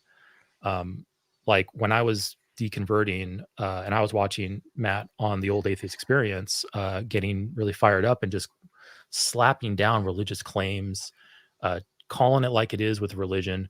As a exJW deconvert, I needed to see that. I needed to see people not respect religious beliefs because it knocks it off that pedestal. It helped me understand, even though that's not the approach that I take, it at least helps me understand that, hey, this is okay to be questioned. It's okay to be ridiculed. It's okay to be critiqued and analyzed and stuff like that. And then, you know, you have people like Zod, Pelagia, and others where they're very calm, they're very analytical. They, I'm not saying Matt's not calm and analytical at times, but Matt gets fired up, and Paulie G and Zod, they usually tend to stay very even when they're talking with people, and that also has its value. And I think everybody has something to take from somebody in the field. So yeah, I appreciate all these approaches, and I'm hoping to develop my own style, my own approach, and I hope it resonates with at least some people out there. Yeah. Sounds good. I greatly enjoyed this format. This has been the most efficient for me. Awesome. Well, I'm glad to hear it. Able to help me think through it, right? Yeah. It doesn't feel like I'm under pressure when I call in like that. So. Yeah. I think I think that's important too, because you have enough pressure from your religion and your religious beliefs already. I don't think applying equal pressure the opposite direction can really help sometimes. I think just hey, in this environment, you're not under pressure from this environment, and like I mentioned earlier, just for a little bit, just put aside the religious needs and insecurities and the emotions behind it, and let's just talk about the facts. So cool. Well, hey, I really appreciate it, Andrew, and feel free to call back anytime. I'm going to try to do this once a week going forward, and I'm hoping to maybe build more of an audience and get more diverse callers in here and everything like that. So hey, good luck to you. Good luck to you. Much success to your channel, to you and your family. And thank you so much. A lot of questions tonight to think about, and more of a journey, right? Likewise, man. Sure. I appreciate the conversation, and all the best to you and yours. And feel free to reach out to me on email too. We can have more conversations if you have any questions. So sounds good. Thank you, brother. All right, Andrew. Have a good night. Bye. Same way. All right, that was a great conversation. I had a really good time. That was awesome. Really, really good first call. I think hopefully that's a good omen, for my channel. If we don't believe in those things, but it was a good indicator of hopefully what's to come. Okay, so I got if there are any Christians in the chat, we have 28 viewers watching right now, which is, I'm happy for that number. That's great. If there's any theists in the chat who wants to call in, I probably have maybe about another 30 minutes of call-in time available. There's a phone number up there, and there's also the StreamYard link. And then if nobody calls in after 30 minutes, we'll open up for another 30 minutes to just a general audience. Anybody wants to jump in and say hi. But anyway, until that happens, let's talk more about Jehovah's Witnesses and whether they're cults or not. Actually, before we do that, let's go ahead and just say hi to some of the folks that have showed up in chat. 463 comments. Wow. You guys are awesome. I wasn't even paying attention to the chat. I was so engrossed in that conversation. We have Maya. Niddy's here. Sup, Niddy? How you doing? Niddy made an entire timeline sketching Christianity's birth. Well, I like to see that. That sounds pretty awesome. Rick, would you be a skeptic or a scoundrel? I say, why not both? I've had people say, oh, you're the skeptic and Christians are the scoundrels. And I was like, I never said that. Why can't I be both? I want to be both. My kind of shtick with skeptics and scoundrels is in live streams like this, where I'm dealing with people directly, like Andrew, I'm going to be a skeptic. I'm going to be respectful. I might crack a joke here and there, but it's all in good fun. I'm never going to be making fun of a person. I might be making fun of a belief or of similar things. And then the scoundrel was going to come out in my shorts. I only made 2 shorts so far. I have an idea for a third one, but that's where I'm going to be really snarky, and I'm not going to, I'm going to let the scoundrel out a little bit. So Rick, be both. Why not? Prague, thank you so much for keeping everyone in line. Really, really appreciate that. I think I said hi to Kari. Hi, Kari. How you doing? Good to see you. Sam Pierre Odd. Hello. I haven't seen you around for a while. Well, nice to see you again. Philly 3000. Good to have you here.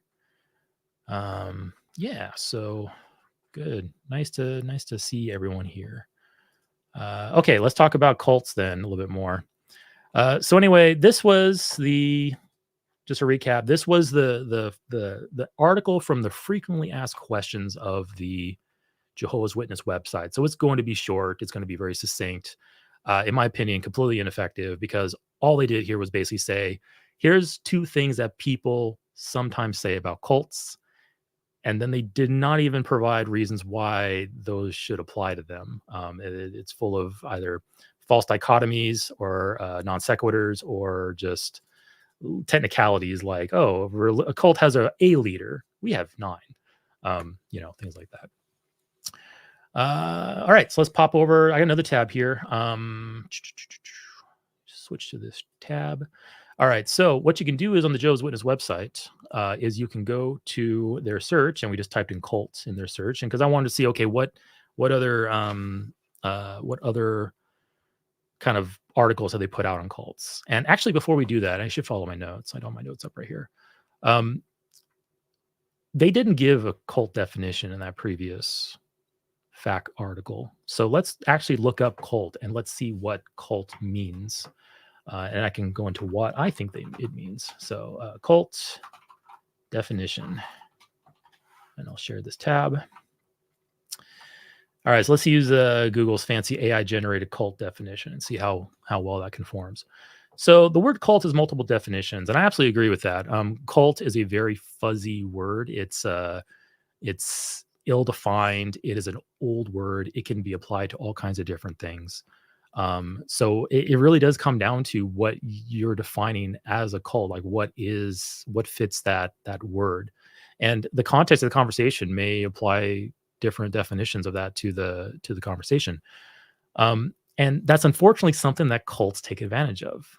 If you're a cult, you're obviously going to tell people that you're not one, and you're most likely going to use the muddiness, the ambiguity of the term, and navigate that cloudiness to try to get your reader to go, oh yeah, it's not a cult, but you're actually really just taking advantage of just the murkiness of the waters when it comes to this type of language. So anyway, a cult is a group of people who are extremely devoted to a belief system. So I mean, that could be applied to any religion, really. The most devout Catholic can be considered to be in cult, and that's true. If you're using that definition, Jehovah's Witnesses definitely fall into this and other things, and not necessarily religion. It's a belief system, an object or a figure. They often follow a charismatic leader who orders the beliefs, behaviors, and customs of the members. A cult can be a small religious group that is not part of a larger or more accepted religion. In this case, Jehovah's Witnesses are only 8 million people compared to 2 billion Christians on the planet. That's pretty small, relatively speaking. The belief of a cult may be regarded by many people as extreme or dangerous, and that's definitely the case with a lot of religious or a lot of Jehovah's Witness teachings, namely blood transfusions, very dangerous teaching, killed many people in their ranks, suicide in their ranks from social isolation, shunning, excommunication, all very real things, concrete things we can point at to illustrate how dangerous and extreme the group is. Cult can be a situation where people care about or admire something too much. For example, violence has become a cult among some young men, valuing or admiring something too much.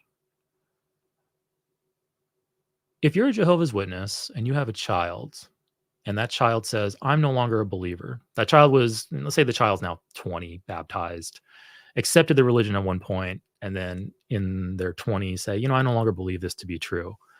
And you as a Jehovah's Witness need to follow their decrees, follow their doctrines, and shun your child. Basically, treat your child like they don't exist. Don't accept their phone calls. Don't write back their letters. Basically, treat them like they don't exist. Treat them like a stranger. Don't even give them a greeting on the street, as the Bible says. Do you think that's caring for or admiring something too much? Do you think you're caring for your religion too much when you're caring about it more than your child? Final point. In the Catholic Church, cultus is the technical term for the Roman Catholic devotions or veneration extended to a particular saint. So that's more of a technical theological thing, cultus. Probably doesn't apply too much to our discussion here, but let's look at a few of the definitions before we dive into the actual article. And if any theists are in the chat, feel free to call in. Phone numbers up there. I don't think we have anybody waiting. Nope, nobody waiting. Yeah, feel free to call in or use the Steam StreamYard link, and we can have a conversation. All right, where's my tab? I lost my tab. Okay. So let's do Merriam-Webster. We'll look at Wikipedia, and let's look at Britannica just really quick. We'll kind of fly through these really quick. Cults. Cult, a religion regarded as unorthodox or spurious. A great devotion to a person, idea, object, movement, or work. So, hey, that AI is generating some good results, it looks like. A system of religious beliefs and rituals. A system for the cure of disease based on dogma set forth by its promulgator. New words. Okay, that's let's go to Wiki. Let me embiggen this. Cult is a term in most contexts a pejorative, which is understandable because most cults don't want you to know that they're a cult, or they deny that they're a cult because, hey, it's an icky word, cult. It's a very blunt word too, cult. Like it's very kind of in your face and sharp. For a relatively small group, which is typically led by a charismatic and self-appointed leader who tightly controls its members, requiring unwavering devotion to a set of beliefs or practices which are considered deviant outside the norms of society. The term is also used for a new religious movement or other social group which is defined by its unusual religious, spiritual, or philosophical beliefs and rituals, or its common interest in a particular person, object, or goal. So, yeah, that's a very nicely.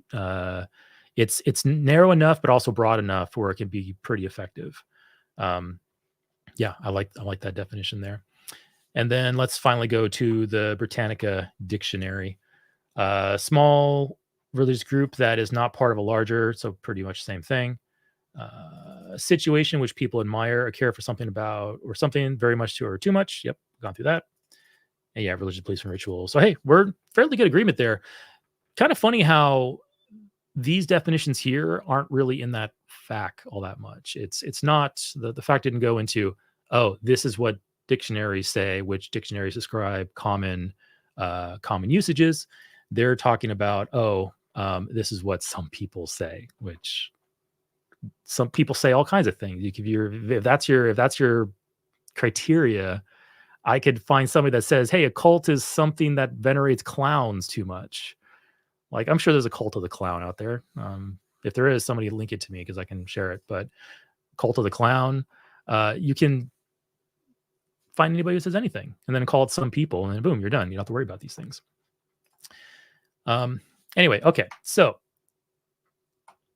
this is from a 1994 Watchtower, which, if you don't know, Watchtower is the kind of the flagship publication of the Jehovah's Witnesses. They used to publish these things twice a month. And the Watchtower magazine, like the actual physical copy, was actually fairly thick. It used to be like really, really packed with articles and lots of, like the word count was very high. Over the years, they've dramatically decreased the amount of content in there. I think the Watchtower is now only a monthly release. I think you only get one issue a month. And it's probably about, I think, roughly half the size that it used to be. But anyway, the Watchtower magazine is their flagship publication. It pretty much lays out their beliefs, what they think the Bible says. Pretty much anything matters of doctrine or spirituality or anything like that. That's what they look at. Anyway, 1994. This is now 30 years ago. But this is, according to the search, this is the most relevant result. And I did kind of crawl through it earlier. They don't really have any other articles more recent than this. If they did, I missed it. But the fact that this is still on their website, the fact that they still have this in their search results, means that they accept this as their doctrine. Like this is their opinions about it. Anyway, cults, what are they? I'm not going to read this word for word. I skimmed it earlier. But anyway, the first thing they mention, and I find this really interesting, is this is a 94 article, but hey, February 28th, 1993, more than 100 law enforcement agents raided a compound of buildings housing dozens of men, women, and children. Blah, blah, blah, blah, blah. Gunfire was exchanged. Wow, that's kind of crazy. This confrontation and the gunfight left 10 dead and several wounded. And then the standoff ended in a showdown that left 86 dead, including at least 17 children. And this is the Waco, Texas branch divinity incident or cult incident that happened back in 93. They don't specifically call it out here, which is really weird. Like they mention Texas USA, they mention the numbers. They don't actually talk about it by name. And this was a whole year after the event. Like everybody knows what they're talking about, but they don't mention the group by name, which was kind of odd to me, but whatever. But here's the thing though, they're immediately opening up with probably one of the most extreme examples of cult activity in our recent history. So they're trying to prime you immediately by saying, look at this really extreme example of what a cult did, to frame it in a way later on as going, we don't do anything like this, so we're not a cult. And that kind of raises the question, like, what is a cult? We talked about definitions. Everybody has different definitions. I'm not going to go into it, but too deeply into it. But I like the BITE model. It's by a guy. I think he has a doctorate now. His name's Stephen Hassan. He lays out a model called the BITE model. BITE stands for behavior, information, thought, and emotion control. And this is, I think, a really robust, very finely tuned and very granular way, is a very granular metric to analyze any organization, religious, political, commercial, otherwise, and determine whether it fits these criteria or not. And there isn't like just some binary switch that, once you hit a certain number of points in the model, it goes from cult to non-cult. It's a gradient. You can have a group that practices cult-like tendencies, maybe to like a small degree, maybe not be considered a cult overall, or maybe you might have a really super culty organization that can be considered a cult, but they don't necessarily fit every single bullet point in it. It gives you a nice granular metric to really analyze a given organization. And there isn't some magic switch that just, like once you cross this line, once you've collected 98 cult points and you're now a cult, and if you have less, you're not a cult. It's not like that. It's not a black and white type of dynamic there. So anyway, they talk about Waco, Texas. They're immediately out of the gate. First part of the article is look at this extreme example and how horrible it was. They talk about the 1969, the Manson murders, which was covered in that documentary, Once Upon a Time in Hollywood. No, I'm kidding. It was a great movie, but that's not a documentary. 1978 mass suicide in Jonestown. That's another really popular one. 1987 murder-suicide pact engineered by leader Park Soon-ja of Korea, which resulted in 32 members dead. And significantly, most of these people claim to be Christians and profess belief in the Bible. So right there, we're already, if you remember back to the FAQ, where they were trying to set up a dynamic of we're either a cult or we're Christians, they're admitting right here that you can be Christian and a cult at the same time. So that's already kind of one of their bullet points. They self-refuted 30 years prior. So going over this, many who respect the Bible, the Word of God, are appalled by this brazen misuse of the Scriptures. How do we know they're misusing the Scriptures? How do we know Jehovah's Witnesses aren't misusing the Scriptures? It's just shame it's so subjective. It's shame that scriptural interpretation is so subjective that one group can point to another group, and that group can point right back, and they're both saying you're misusing the Scriptures, and it's brazen. Fairly poor system. I think an almighty God might have exercised some more forethought when he set up this system. Over the years, hundreds of organizations have been established to monitor cults, and we have even more today. I think it's great. We should expose cults and identify them. Here's a really good one. Experts on cults behavior predict that in the coming of a new millennium, now keep in mind this was in 1994, in a few years, coming to the new millennium in a few years may trigger the proliferation of cults. And we did see that with Joseph Camping, his movement where he got a bunch of people to sell their houses and dismantle their lives for, yet another doomsday prediction, which didn't occur. The witnesses themselves are also guilty of this. They have on numerous times predicted the end of the world and have failed each time. Probably one of the most famous ones is 1975, in which case, if you look at their population, their numbers after 1975, pretty drastic decrease in the number of Jehovah's Witnesses after 1975 because it was such a massive disappointment. And then they since recovered and then rewrote history to basically say we weren't talking about 1975 like it was some end times prophecy when we have plenty of evidence that they did. But anyway, millennium coming around. They say cult cults are going to pop up because, hey, we have year 2000s coming. Probably lots of people are going to like look at this date with some significance and form some crazy beliefs around it. When that's exactly what they did 20 years prior to this article.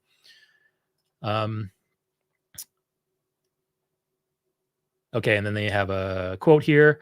Few are armed, but most are considered dangerous. So right here, they're quoting this saying, hey, you don't have to be armed to be dangerous. You don't have to be a Jonestown. You don't have to be a Waco, Texas. You don't have to be a Heaven's Gate to be dangerous. You don't have to be armed to do that. So going back to their fact, dangerous, like you can have a dangerous organization that has no weapons. You can have a dangerous organization that has no explicit threat to bodily harm or to the well-being of others. It can all be implicit. It can all be baked in insidious and such. They will seduce and fleece you, marry and bury you. So it's pretty good writing from that quote there. Who said that? Magazine noted. I lost my camera. Let me see if I can get it back here. Hold on. My camera does this. Oh, I think I know what happened. Okay, 1 second.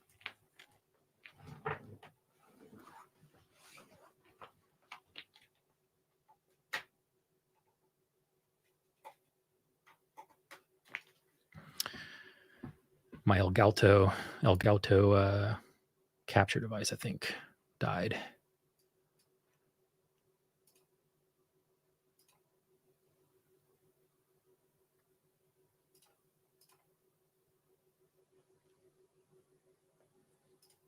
Huh, that's really weird.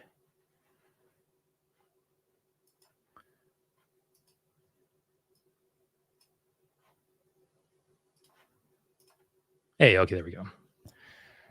Sorry about that. Okay, so what is a cult? So we're going to go a little bit more into what a cult is, according to these guys, which we already did in the fact, but this is 30 years before, so we can kind of see how their perception of things have changed. Am I not sharing my... I think my presentation also died. Hopefully I was sharing that whole time. Present. Share screen. Cults, what are they? And bam. Okay. Hopefully we were, I was sharing that whole time. Okay. So going back into this,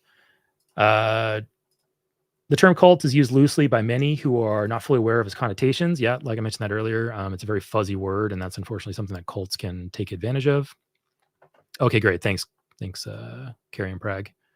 Appreciate that. Yeah. Nobody wants to just look at a guy talking. They want words along with it.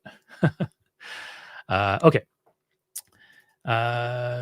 So World Book of Encyclopedia explains that traditionally the term cult referred to any form of worship or ritual observance. That's just the broadest sense of cult. And if you're looking at that, yeah, just about any religious organization consider a cult, kind of the point where the term is now useless because you just call it a religion. You don't call it a cult. So obviously we don't want to look at it in that sense because we just simply call things religions instead. However, in general use today, the word cult has many different meanings. Publicity about cults have altered the terms. Endorsing the popular usage of the term, Newsweek magazine explains that cults are, quote, normally small fringe groups whose members derive their identity and purpose from a single charismatic individual. This really does describe the witnesses, except for that a single charismatic individual. Can't, like in the case of the Moonies, a couple be those charismatic individuals? Can maybe they add a third person and now it's like a trio of charismatic individuals? What about 9 of them? What about 9 dudes in New York? Why does it have to be a single person? Similarly, Asia Week magazine notes that the term cult itself is vague, but it usually denotes a new religious creed. So again, we're relying on age of the group to determine whether it's a cult or not. A new religious creed built around a charismatic leader, again, singular leader. They're really trying to put that wherever they can because they know that it's just, if you just take out that A and just add an S at the end of the leaders, you're in Jehovah's Witness territory fully. Who often proclaim himself to be the personification of God. Can it also be the case that the person or the persons are not calling themselves the personification of God, but rather God's mouthpiece? Wouldn't that be a nice little workaround for that, to say, hey, I'm not God himself or themself or whatever. I'm speaking for God, and don't take it from me. I'm speaking for God. Look at the age of organization. Look at how many people we have. Look at it, at the good we've done for everybody around us. Look at the teaching work we do. Look at the hurricane disaster relief work we do. Of course, we're speaking for God. God's blessing us by our works and our fruits. So yeah, we don't need somebody to simply say, I am your leader and I am God. They can say, we are your leader and we speak for God, and you essentially have the same exact thing. It really just boils down to exerting that, convincing people that God exists and saying God's authority is given to you through me. That's all that matters. So anyway, then they, interestingly here, this was interesting. They look at a joint resolution of the 100th Congress of the state of Maryland. So 50 states, they went to one state, Maryland, and they're going to look at their joint resolution as part of the definition, which says a cult is a group or movement exhibiting excessive devotion to a person, again, one person, or idea, and employing unethically manipulative techniques of persuasion and control to advance the goals of its believers. I could argue for hours how this fits the witnesses. Exhibiting excessive devotion, which I illustrated earlier with shunning children who no longer believe. Devotion to persons or an idea, employing unethically manipulative techniques such as shunning and excommunication.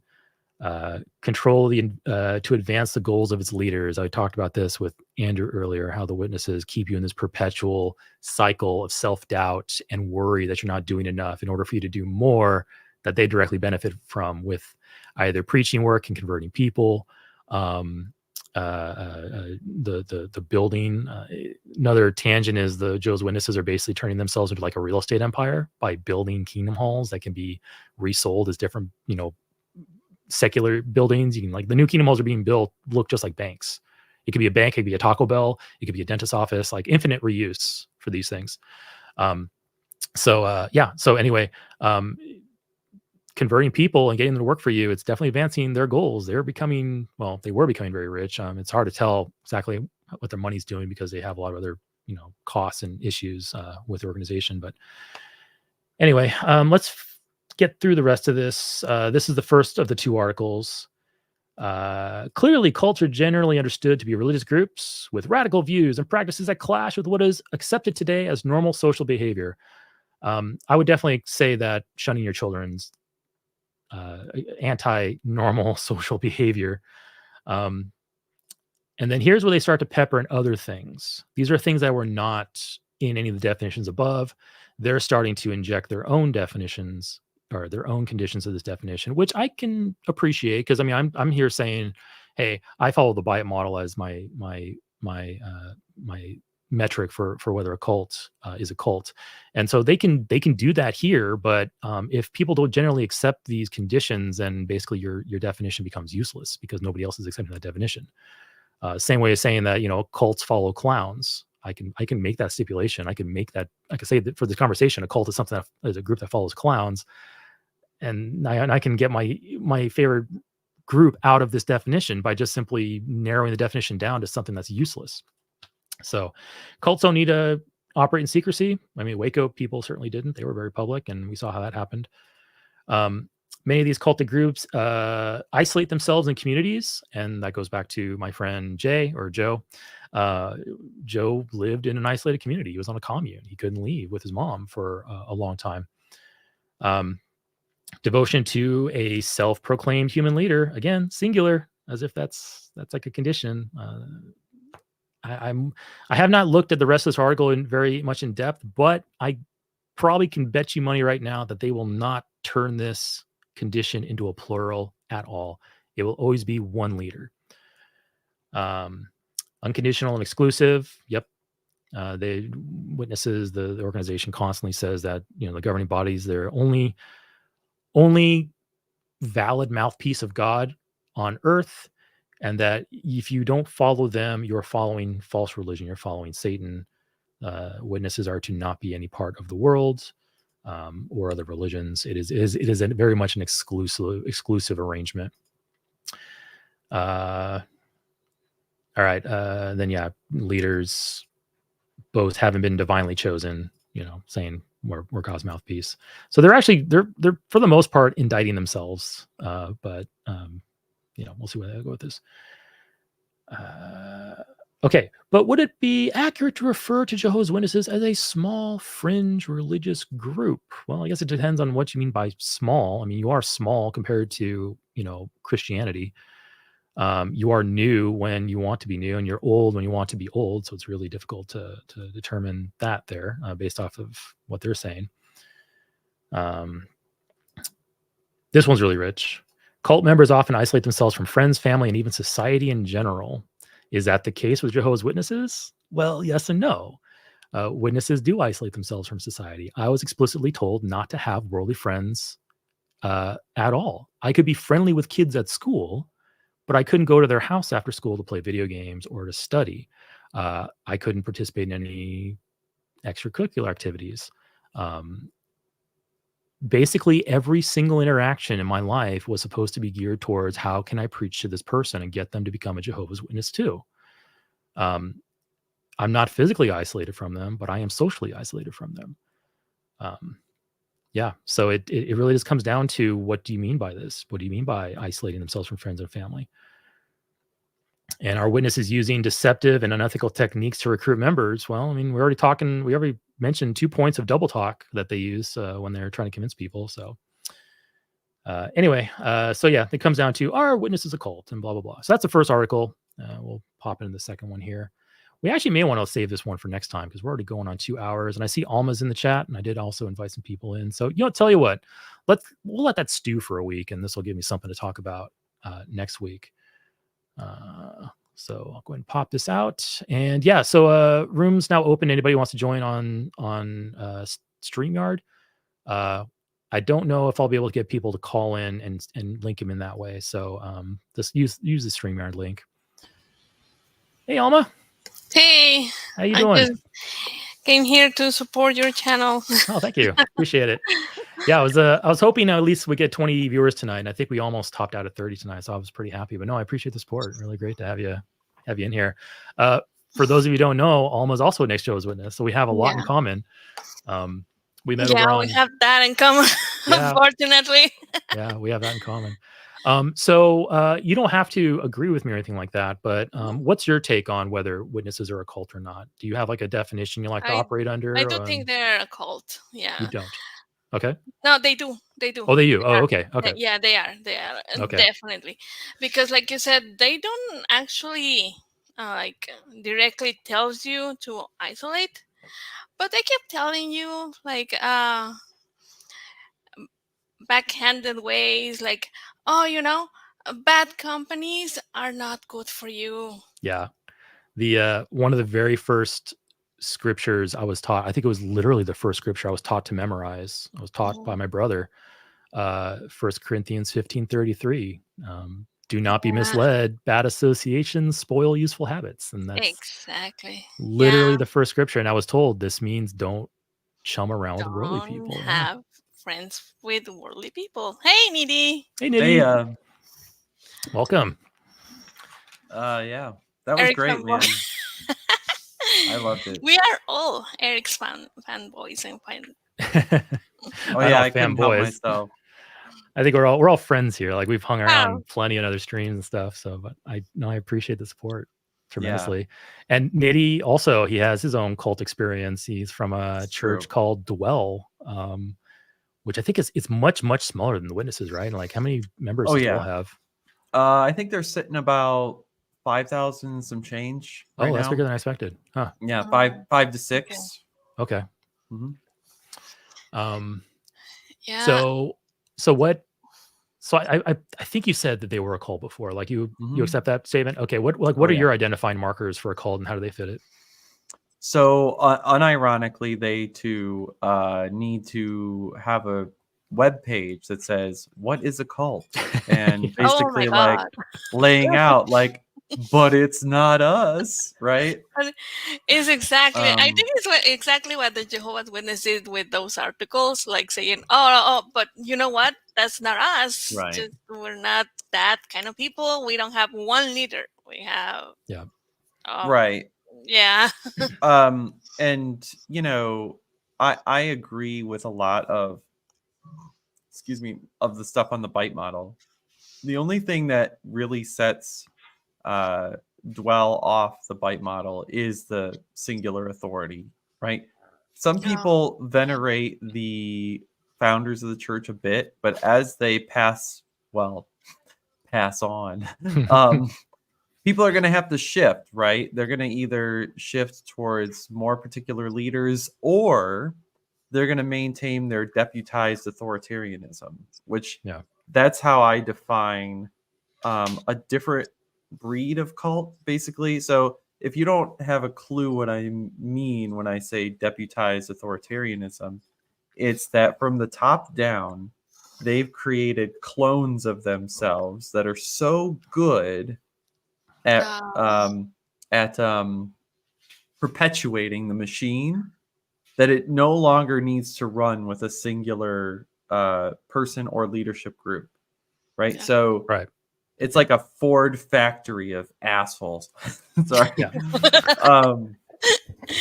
So basically, it's maybe the witnesses have something similar too, or like they do almost like Catholic bishops in a way, but like it's like they almost could splinter off and become their own church if they so desired, and replicate themselves that way and dissociate from the original brand if they so needed to. And that's what they've done in other cities. They create this off-brand yet similarly structured, and they idolize the vision that their original group had, and so they employ the same methods. And so they've done the same in Akron and attempted to in the Dayton, Cincinnati area, and that one failed. So do these branches all like link up to a central authority where they get like their doctrine? No, they're just like they're independent. They're not allowed to stray. I think for the association to be maintained, they can't go past like a certain point. Okay, so they are associated in some formal sense with each other. Yes. Okay. Yeah. Not in terms like the leadership aren't accountable to each other, but doctrinally they would no longer be recognized as associative if they like, let's say like if they no longer disciplined practicing homosexuals out of the church. Okay. Right. You know what, Eric? I think in a way, if we look back into the history of the Jehovah's Witness, they did have one single leader at the beginning. They did, yeah. And that was Charles T. Russell. Yeah, Charles Taze Russell was the founder of the International Bible Students. And it was just a following that kind of formed around him because he took Adventist teachings and kind of reworked them a little bit, I think, is the way it went. And there were groups that splintered off of them, like as they went forward. Yeah, and the then Millerites, right?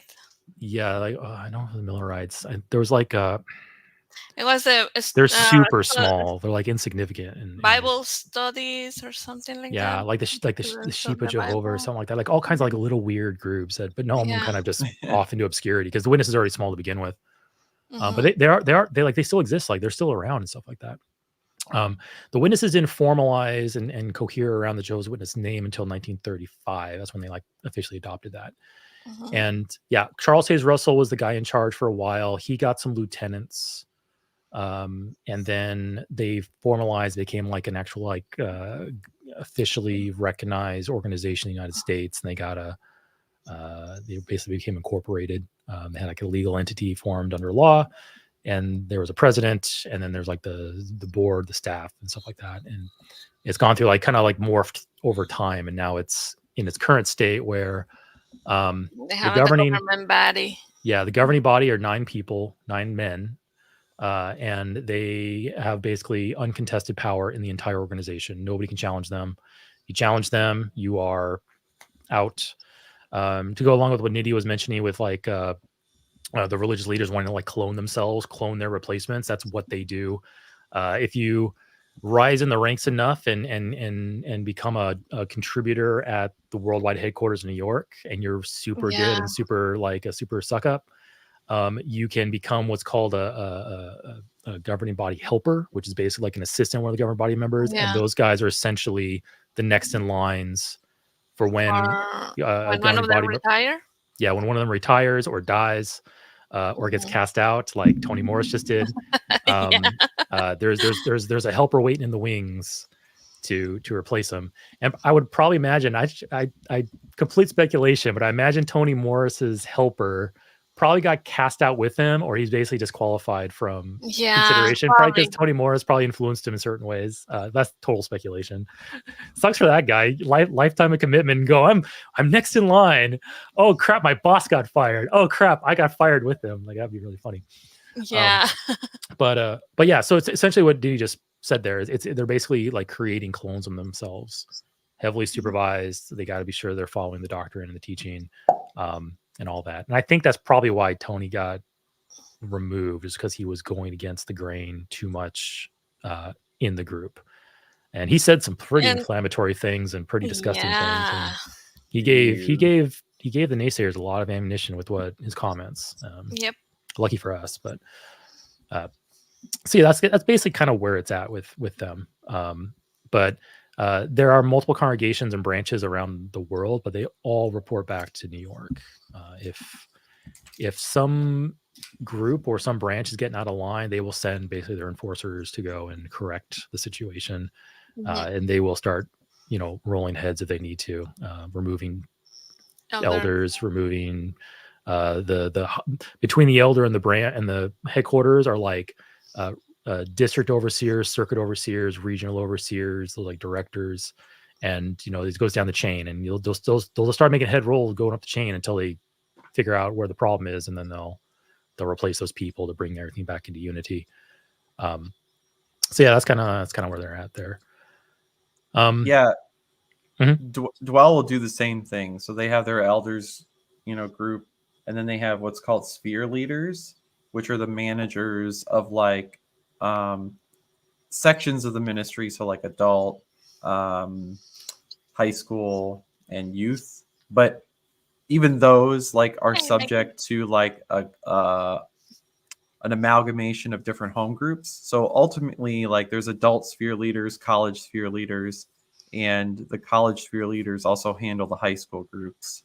And so they have some leadership role over and above all of the home groups, and below them are like the home group leaders themselves. So if a home group is like failing, or there's people in there out of line, like that gets reported up to the sphere leader, and if it's serious enough, it goes to the eldership, and then they do the heads will roll type of thing. Or if it's really gross, they'll cover it up for a couple months, and then everybody else will find out eventually when there's like an indictment and someone's headed to jail. So, oof, man, I know you talked about that. That's spicy. Like that's some IBLP level shit, right? Yeah. Oof. Yep. There's only a couple that I can think of very directly from that, but they're not good. Or there's like a major divorce, and you're like, what the hell? What's this person doing? Sometimes when the divorce comes out, everything comes out because one of them is going to start talking. Right. Yeah, we've seen similar kind of events in the witnesses as well. We didn't get into it with the next article quite yet, but back in '94, most of the controversies about the witnesses were like mild and kind of isolated. The massive scale of child abuse cover-ups in the Catholic Church and also in the witnesses had yet to be exposed, as well as other things, like it wasn't well known about their blood doctrine, basically killing their own children because they refused blood transfusions, things like that. So over the years, those types of scandals and those types of negative press has basically come to light. and it's like basically really changed the public perception of the witnesses. And some of the excuses they use in their article about why they aren't a cult no longer applies, because it's been demonstrated that they cover up scandals. It has been demonstrated that they kill or allow, rather, not directly kill, but kill by indirect following of the rules, children who could survive otherwise if they had proper medical, treatment. Yes. And yeah, so like those things, it is interesting because like this 94 article, how many of their defenses have basically were basically just paper walls. Like it was this kind of similar to like what our conversation with Andrew earlier, how, Andrew says, I believe because this, and this. And then that thing where it's like, okay, well, my religion is old. Like, okay, we've established that that's not a reason to believe, but you add it in there anyway, because it's like, it feels good to have something extra on that list. Same thing with the witness articles with like cults. Like you just throw a bunch of stuff up there. A lot of it's bullshit, but just put it up there because it looks like we have a lot, and once you can kind of analyze it and kind of let history take its course, you can see that those things aren't really defenses. So yeah, it's interesting how time has changed our perception of that, and how time has revealed new things to us. And the internet's really helped with that too. 94, the internet was around yet. Yeah, and we were still in there on that year. And I remember when my mom started to study with the Jehovah's Witness, how one of the selling points they have was that, we don't have that kind of scandals like the Catholic Church. Yep. We never had that. We are just clean, fun people that wants to do good. And yeah, that was like the main selling point at that time. I'm talking about, I think it was 1987 when my mom started to study with them. Yeah. Mhm. I perpetuated the same, false truths when I was a witness, because I remember saying to Yeah, me people, too. when I was out in field ministry, well, like any child abuse scandals, or not scandals, but any child abuse incidents in our church is swiftly handled by the elders with disfellowshipping and protecting the child. And like it happens, but it's so few, and it's handled so well that it's not even an issue. Like we it's not definitely not the Catholic Church. The Catholic Church is like horrible, obviously. Yeah. And then, I deconverted, and then like 10 years after I deconverted, the whole Australia Royal Commission thing came out, and we saw just in Australia alone, the massive scale of abuse and cover-ups that had occurred. For anybody who doesn't know, Australia, relatively low population compared to other continents on the planet. Over the past like 50 years, the witnesses had 1,004 child abusers on their books over 50 years. Whoa. 1,600 abuse victims. Literally, not a single one of those abusers reported to the police by any of the elder bodies in the country. And yeah, when I saw that, I was like, holy shit. And there I was like an idiot a decade ago saying, yeah, we isolated incidents. Yeah, we handled them. We protect the children. And yeah, you can go check that out. Just look up Australia Royal Commission, Jehovah's Witnesses. Wow. It's all there. You can see the trials. One of the governing body members, Jeffrey Jackson, he was called to testify, and he had to, because Jeffrey Jackson, I believe, is a citizen of Australia. He happened to be visiting the continent because I think his father a family member was sick. I think it was his father or something like that. So the commission knew he was in the country, subpoenaed him, and he couldn't refuse. He was pulled into that, and he had to testify. And yeah, and that was quite the spectacle. But so yeah, 1,000 abusers, not a single one reported to the police, because of things like the 2-witness rule, because of things like prioritizing the reputation of the organization over protecting victims, over justice for the victims, because those are all secondary compared to the organization's reputation, which is synonymous with God's reputation. Going back to the cult thing, like cult definitions are like improper priorities when it comes to your reputation or the protection of your people. It's yeah, like And, I would say that an organization that protects that an organization that effectively protects child molesters to maintain his reputation, I would say that puts you into cult territory. Definitely pushes you further over that direction. Yeah. Yeah. And you know what was also very interesting to me, like I think it was a year ago, there was somebody in Utah, I don't remember the exact name of the a member of the Congress in there, but they were trying to pass a law regarding confessional practices. Yeah.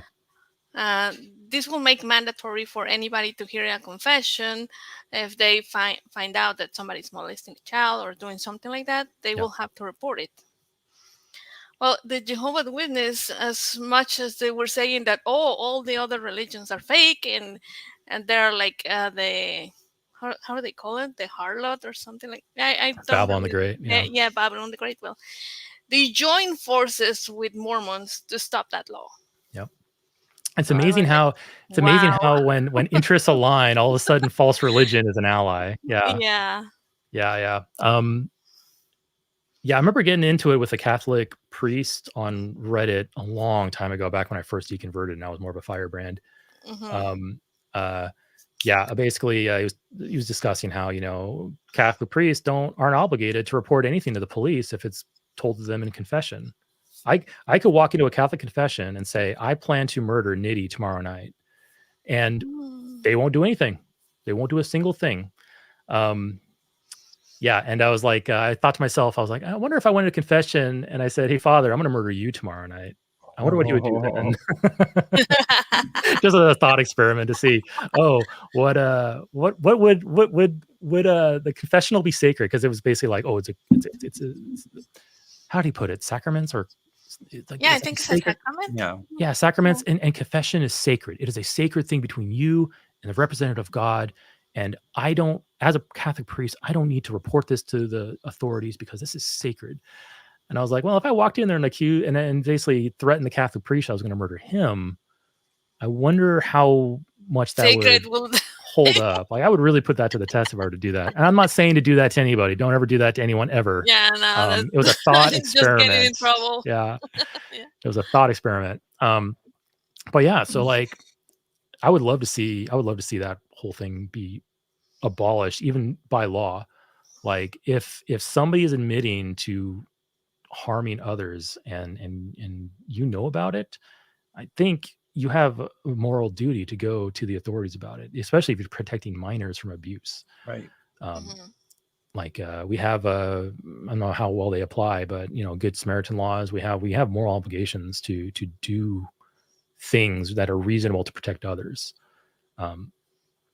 But yeah, so that's kind of that was a fun thing to do, fun conversation I had way back then. And because of course he was sticking to his guns saying, yeah, I don't need to do that because I have some type of free pass by his religion. I really wish I knew more about street epistemology back then, because I would have much different approach to the conversation. Yeah. Woof. Yeah. So, okay. Well, we've been going for 2.5 hours now. Maybe we'll hopefully wrap up here, because I know it's getting late for some people on the East Coast. Anybody who have any closing statements? If not, we'll start to wrap up. I'll make some announcements and then we'll call it a night.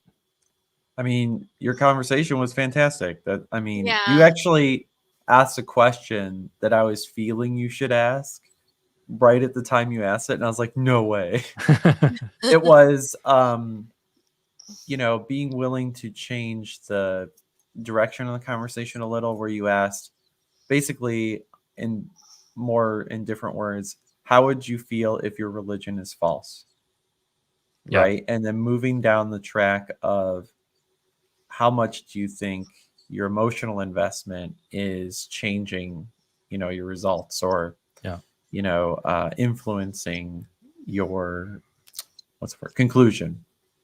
And that's a great thing for anybody to think about. If you're a theist, even an atheist, or just agnostic person, and you're catching the stream later, really think about how much are my emotions affecting my conclusions about life, my reasons to believe X, Y, or Z, and then saying, now, wait a minute, if I threw those emotions away, can I effectively reevaluate data, evidence towards my conclusions?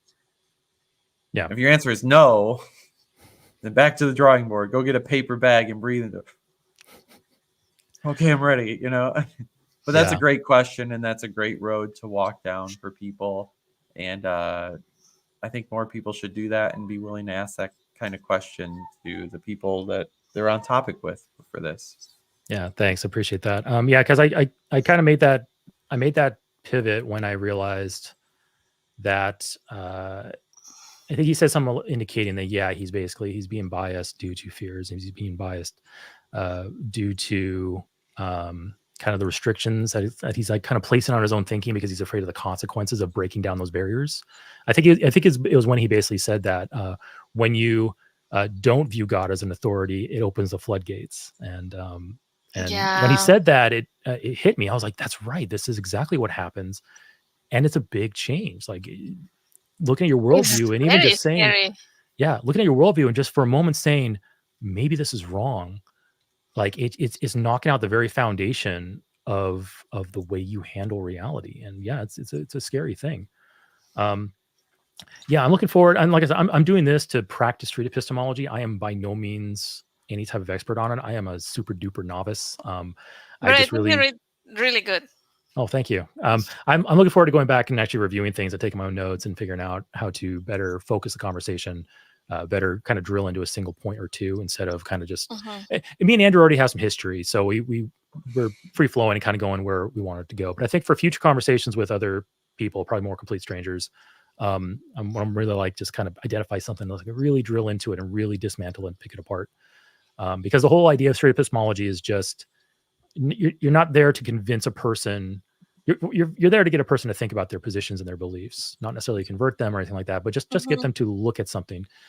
And if you find a contention, if you find a contradiction, if you find a point of cognitive dissonance, amplify it, because it's there and it needs to be addressed. Yes. So amplify it and make it uncomfortable, in a good way. Make it so that it cannot be ignored. Make it so that your whole, like, in certain cases, you're holding contradictory beliefs. Like you can't have it both ways. And then just let that person take that away and think about it. Like don't expect to have it resolved right now. I didn't, like with Andrew, I'm not going to like sit here and say, we need to resolve these things now, Andrew, so I can get you out of your religion. Like I'm not doing that. He needs to take that and go process it. Yeah. The chat will take care of it. Yeah. Yeah. I was lightly monitoring chat, and it was very, very civil in there. And I'm sure Prag was probably laying down the hammer or the wrench whenever Prag needed to. Anyway, that's kind of what I'm here to do. I want to learn, I want to practice, and that's what I'm gonna do. I'm gonna just put myself out there and practice. So and hopefully this make me a better co-host on the line and other shows that I might hopefully contribute in. I think that so far you have done great when you are co-hosting in other sites and everything. Thank you. Because at some point you do make them think, why am I doing this? And that's one of the really scary things when you are deconverting. Like it happened to me. I was like, why this is bothering me so much? Yeah. It's your brain trying to reconcile conflicting information. Yeah. Yep.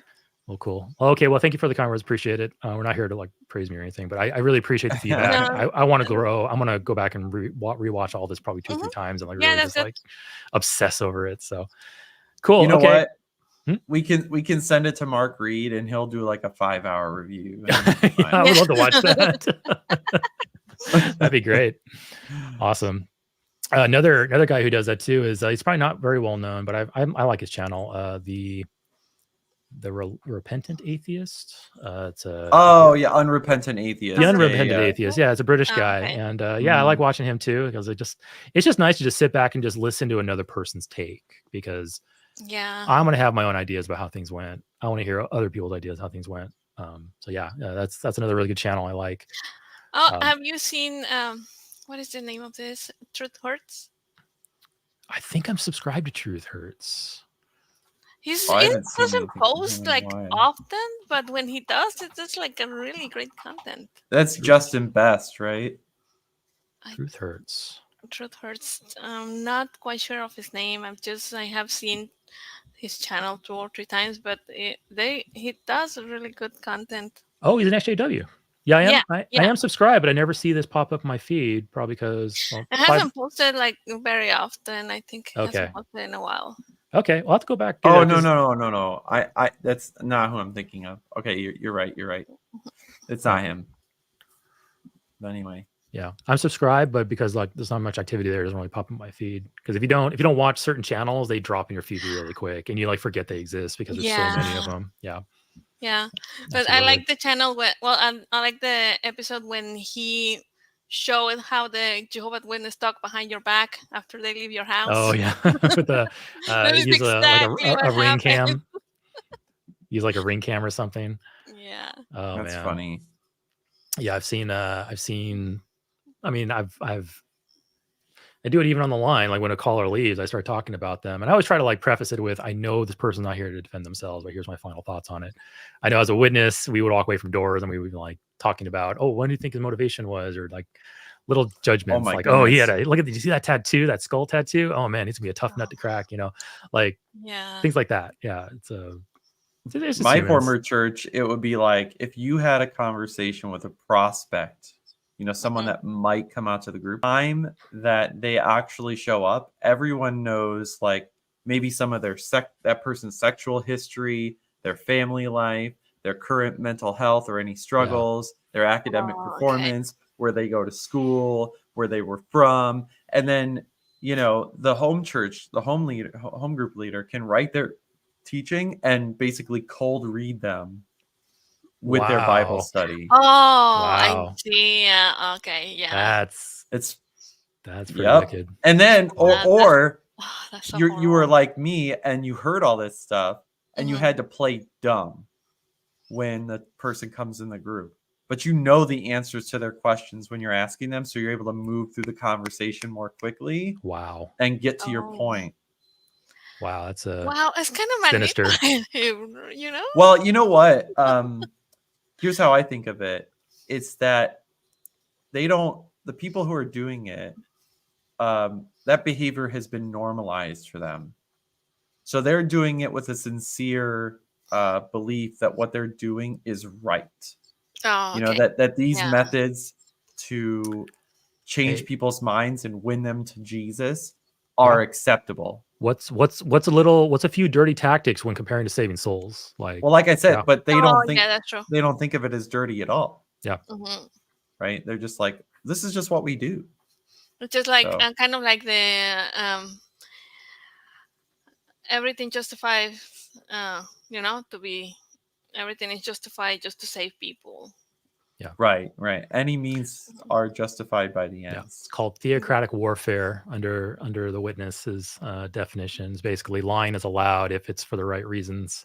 And those reasons can be defending the organization from legal troubles, like in the case of the Royal Australian Royal Committee.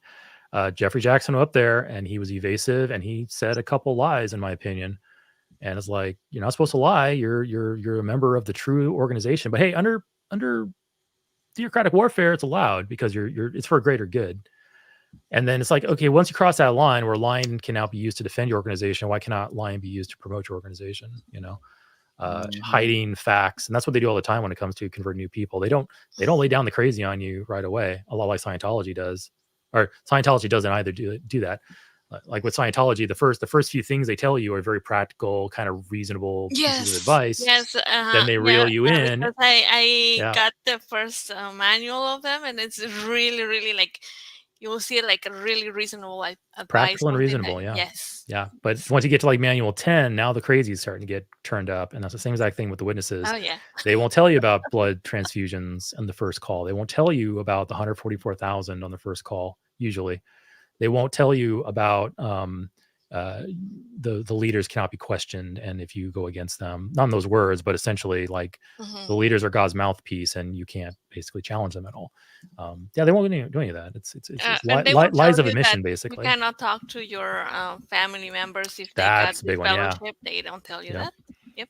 It's like, you're studying, but you have a brother who's an ex-Jehovah's Witness. Oh yeah, well once you become a member, you can't talk to him anymore. Oh, yeah, they won't tell you that. Yeah. So, okay, cool. Well, hey, thank you guys. Really appreciate it. I'll end the stream here in a moment. I'm going to do a few announcements, but one is if you're still watching or you happen to make it this far, like and subscribe to this channel. I'm trying to get this channel's growth going again. I had a multi-month period of doing nothing or almost nothing, but yeah, like and subscribe. It really helps promotion of the channel. Go ahead and check out some of my older videos. I have a really popular one called "Could God Not Kill Children?" That's probably my biggest video. And I have a follow-up video from that about demons, which didn't get very much exposure, but I'm trying to hopefully pump up those numbers here pretty soon with more promotion of that video. I have a Patreon. Go over there and just become a free member. Just become a member. You get access to some behind-the-scenes stuff and doesn't cost any money. And yeah, follow me on social media. And Niddy has a channel. Oh boy. You want to promote your channel, Niddy? Yeah, so my channel began as a critique of my culty ace church. So that's the beginning of my catalog. I started as well having conversations with other skeptics and atheists on YouTube. Heathen Queen and Objectively Dan visited, which was a lot of fun. But now we do a mixture of community, like atheist skeptic community building things, which is our prompted conversations. And then I do some counter apologetics type things in my streams or updates on my culty church and its current status of failings. So if you want, and sometimes I'm very goofy and I don't really take myself too seriously. So if you're looking for like some serious high class something, but if you're looking to have some fun in the atheist skeptic community, come visit. I'm Niddy. So yeah. Sounds good. If I'm too uptight for your taste, go to Niddy's channel. Basically, we dance, we use bad language. It's great. Yeah. We use bad language here too, but we're gonna just like the witnesses, we're gonna turn up the crazy as we rope people into subscribership. So, all right, and then Alma, Alma, you don't do any content or anything like that, right? You pop in and just say hi and stuff like that, or do you I have do some content on, Oh, but okay. it's in Spanish. The Plug it. channel is Nuestra Experiencia Tea. I usually do a section where I talk about feminism and all the issues that women have, including the problems that sometimes happen in the atheist community. And I also do another section with Mark Peralta. He's in the channel of a post-it of mine, and we read the Bible and pick everything, pick every single part, and he will explain the context and the social context and the historical context. And we will find a lot of stuff that is contradictory in there. So it is fun. But if you want to read that in Spanish, because we started doing that because most of the information is in English, and most of the bad information is being translated in Spanish really, really fast. So we're trying to, of course, to stop that. I feel absolutely ashamed. I was not subscribed to your channel. I didn't know you had one, so I just rectified that. Yeah, Alma has a channel, 10,000 subscribers, and good amount of content. So yeah, head over there. I need to fix that. Yeah. Oh, okay. You gotta promote yourself more, Alma. I'm glad you did that here because I didn't even know. Yeah. Cool. Well, hey, thank you so much for both of you showing up. Thank you again to Andrew for being my very first theist call-in. I'm hoping I can get somebody else next week. Hopefully it would be nice to just have a natural person just in the audience just go, I'm just going to call in, but I know my audience is pretty small right now. So I might have to manufacture some call-ins with pre-arranging it with some people beforehand. But yeah, cool. So, hey, thank you so much, everybody. And have a good night. Niddy, Alma. Thank you. Have a good night. Bye. Good night.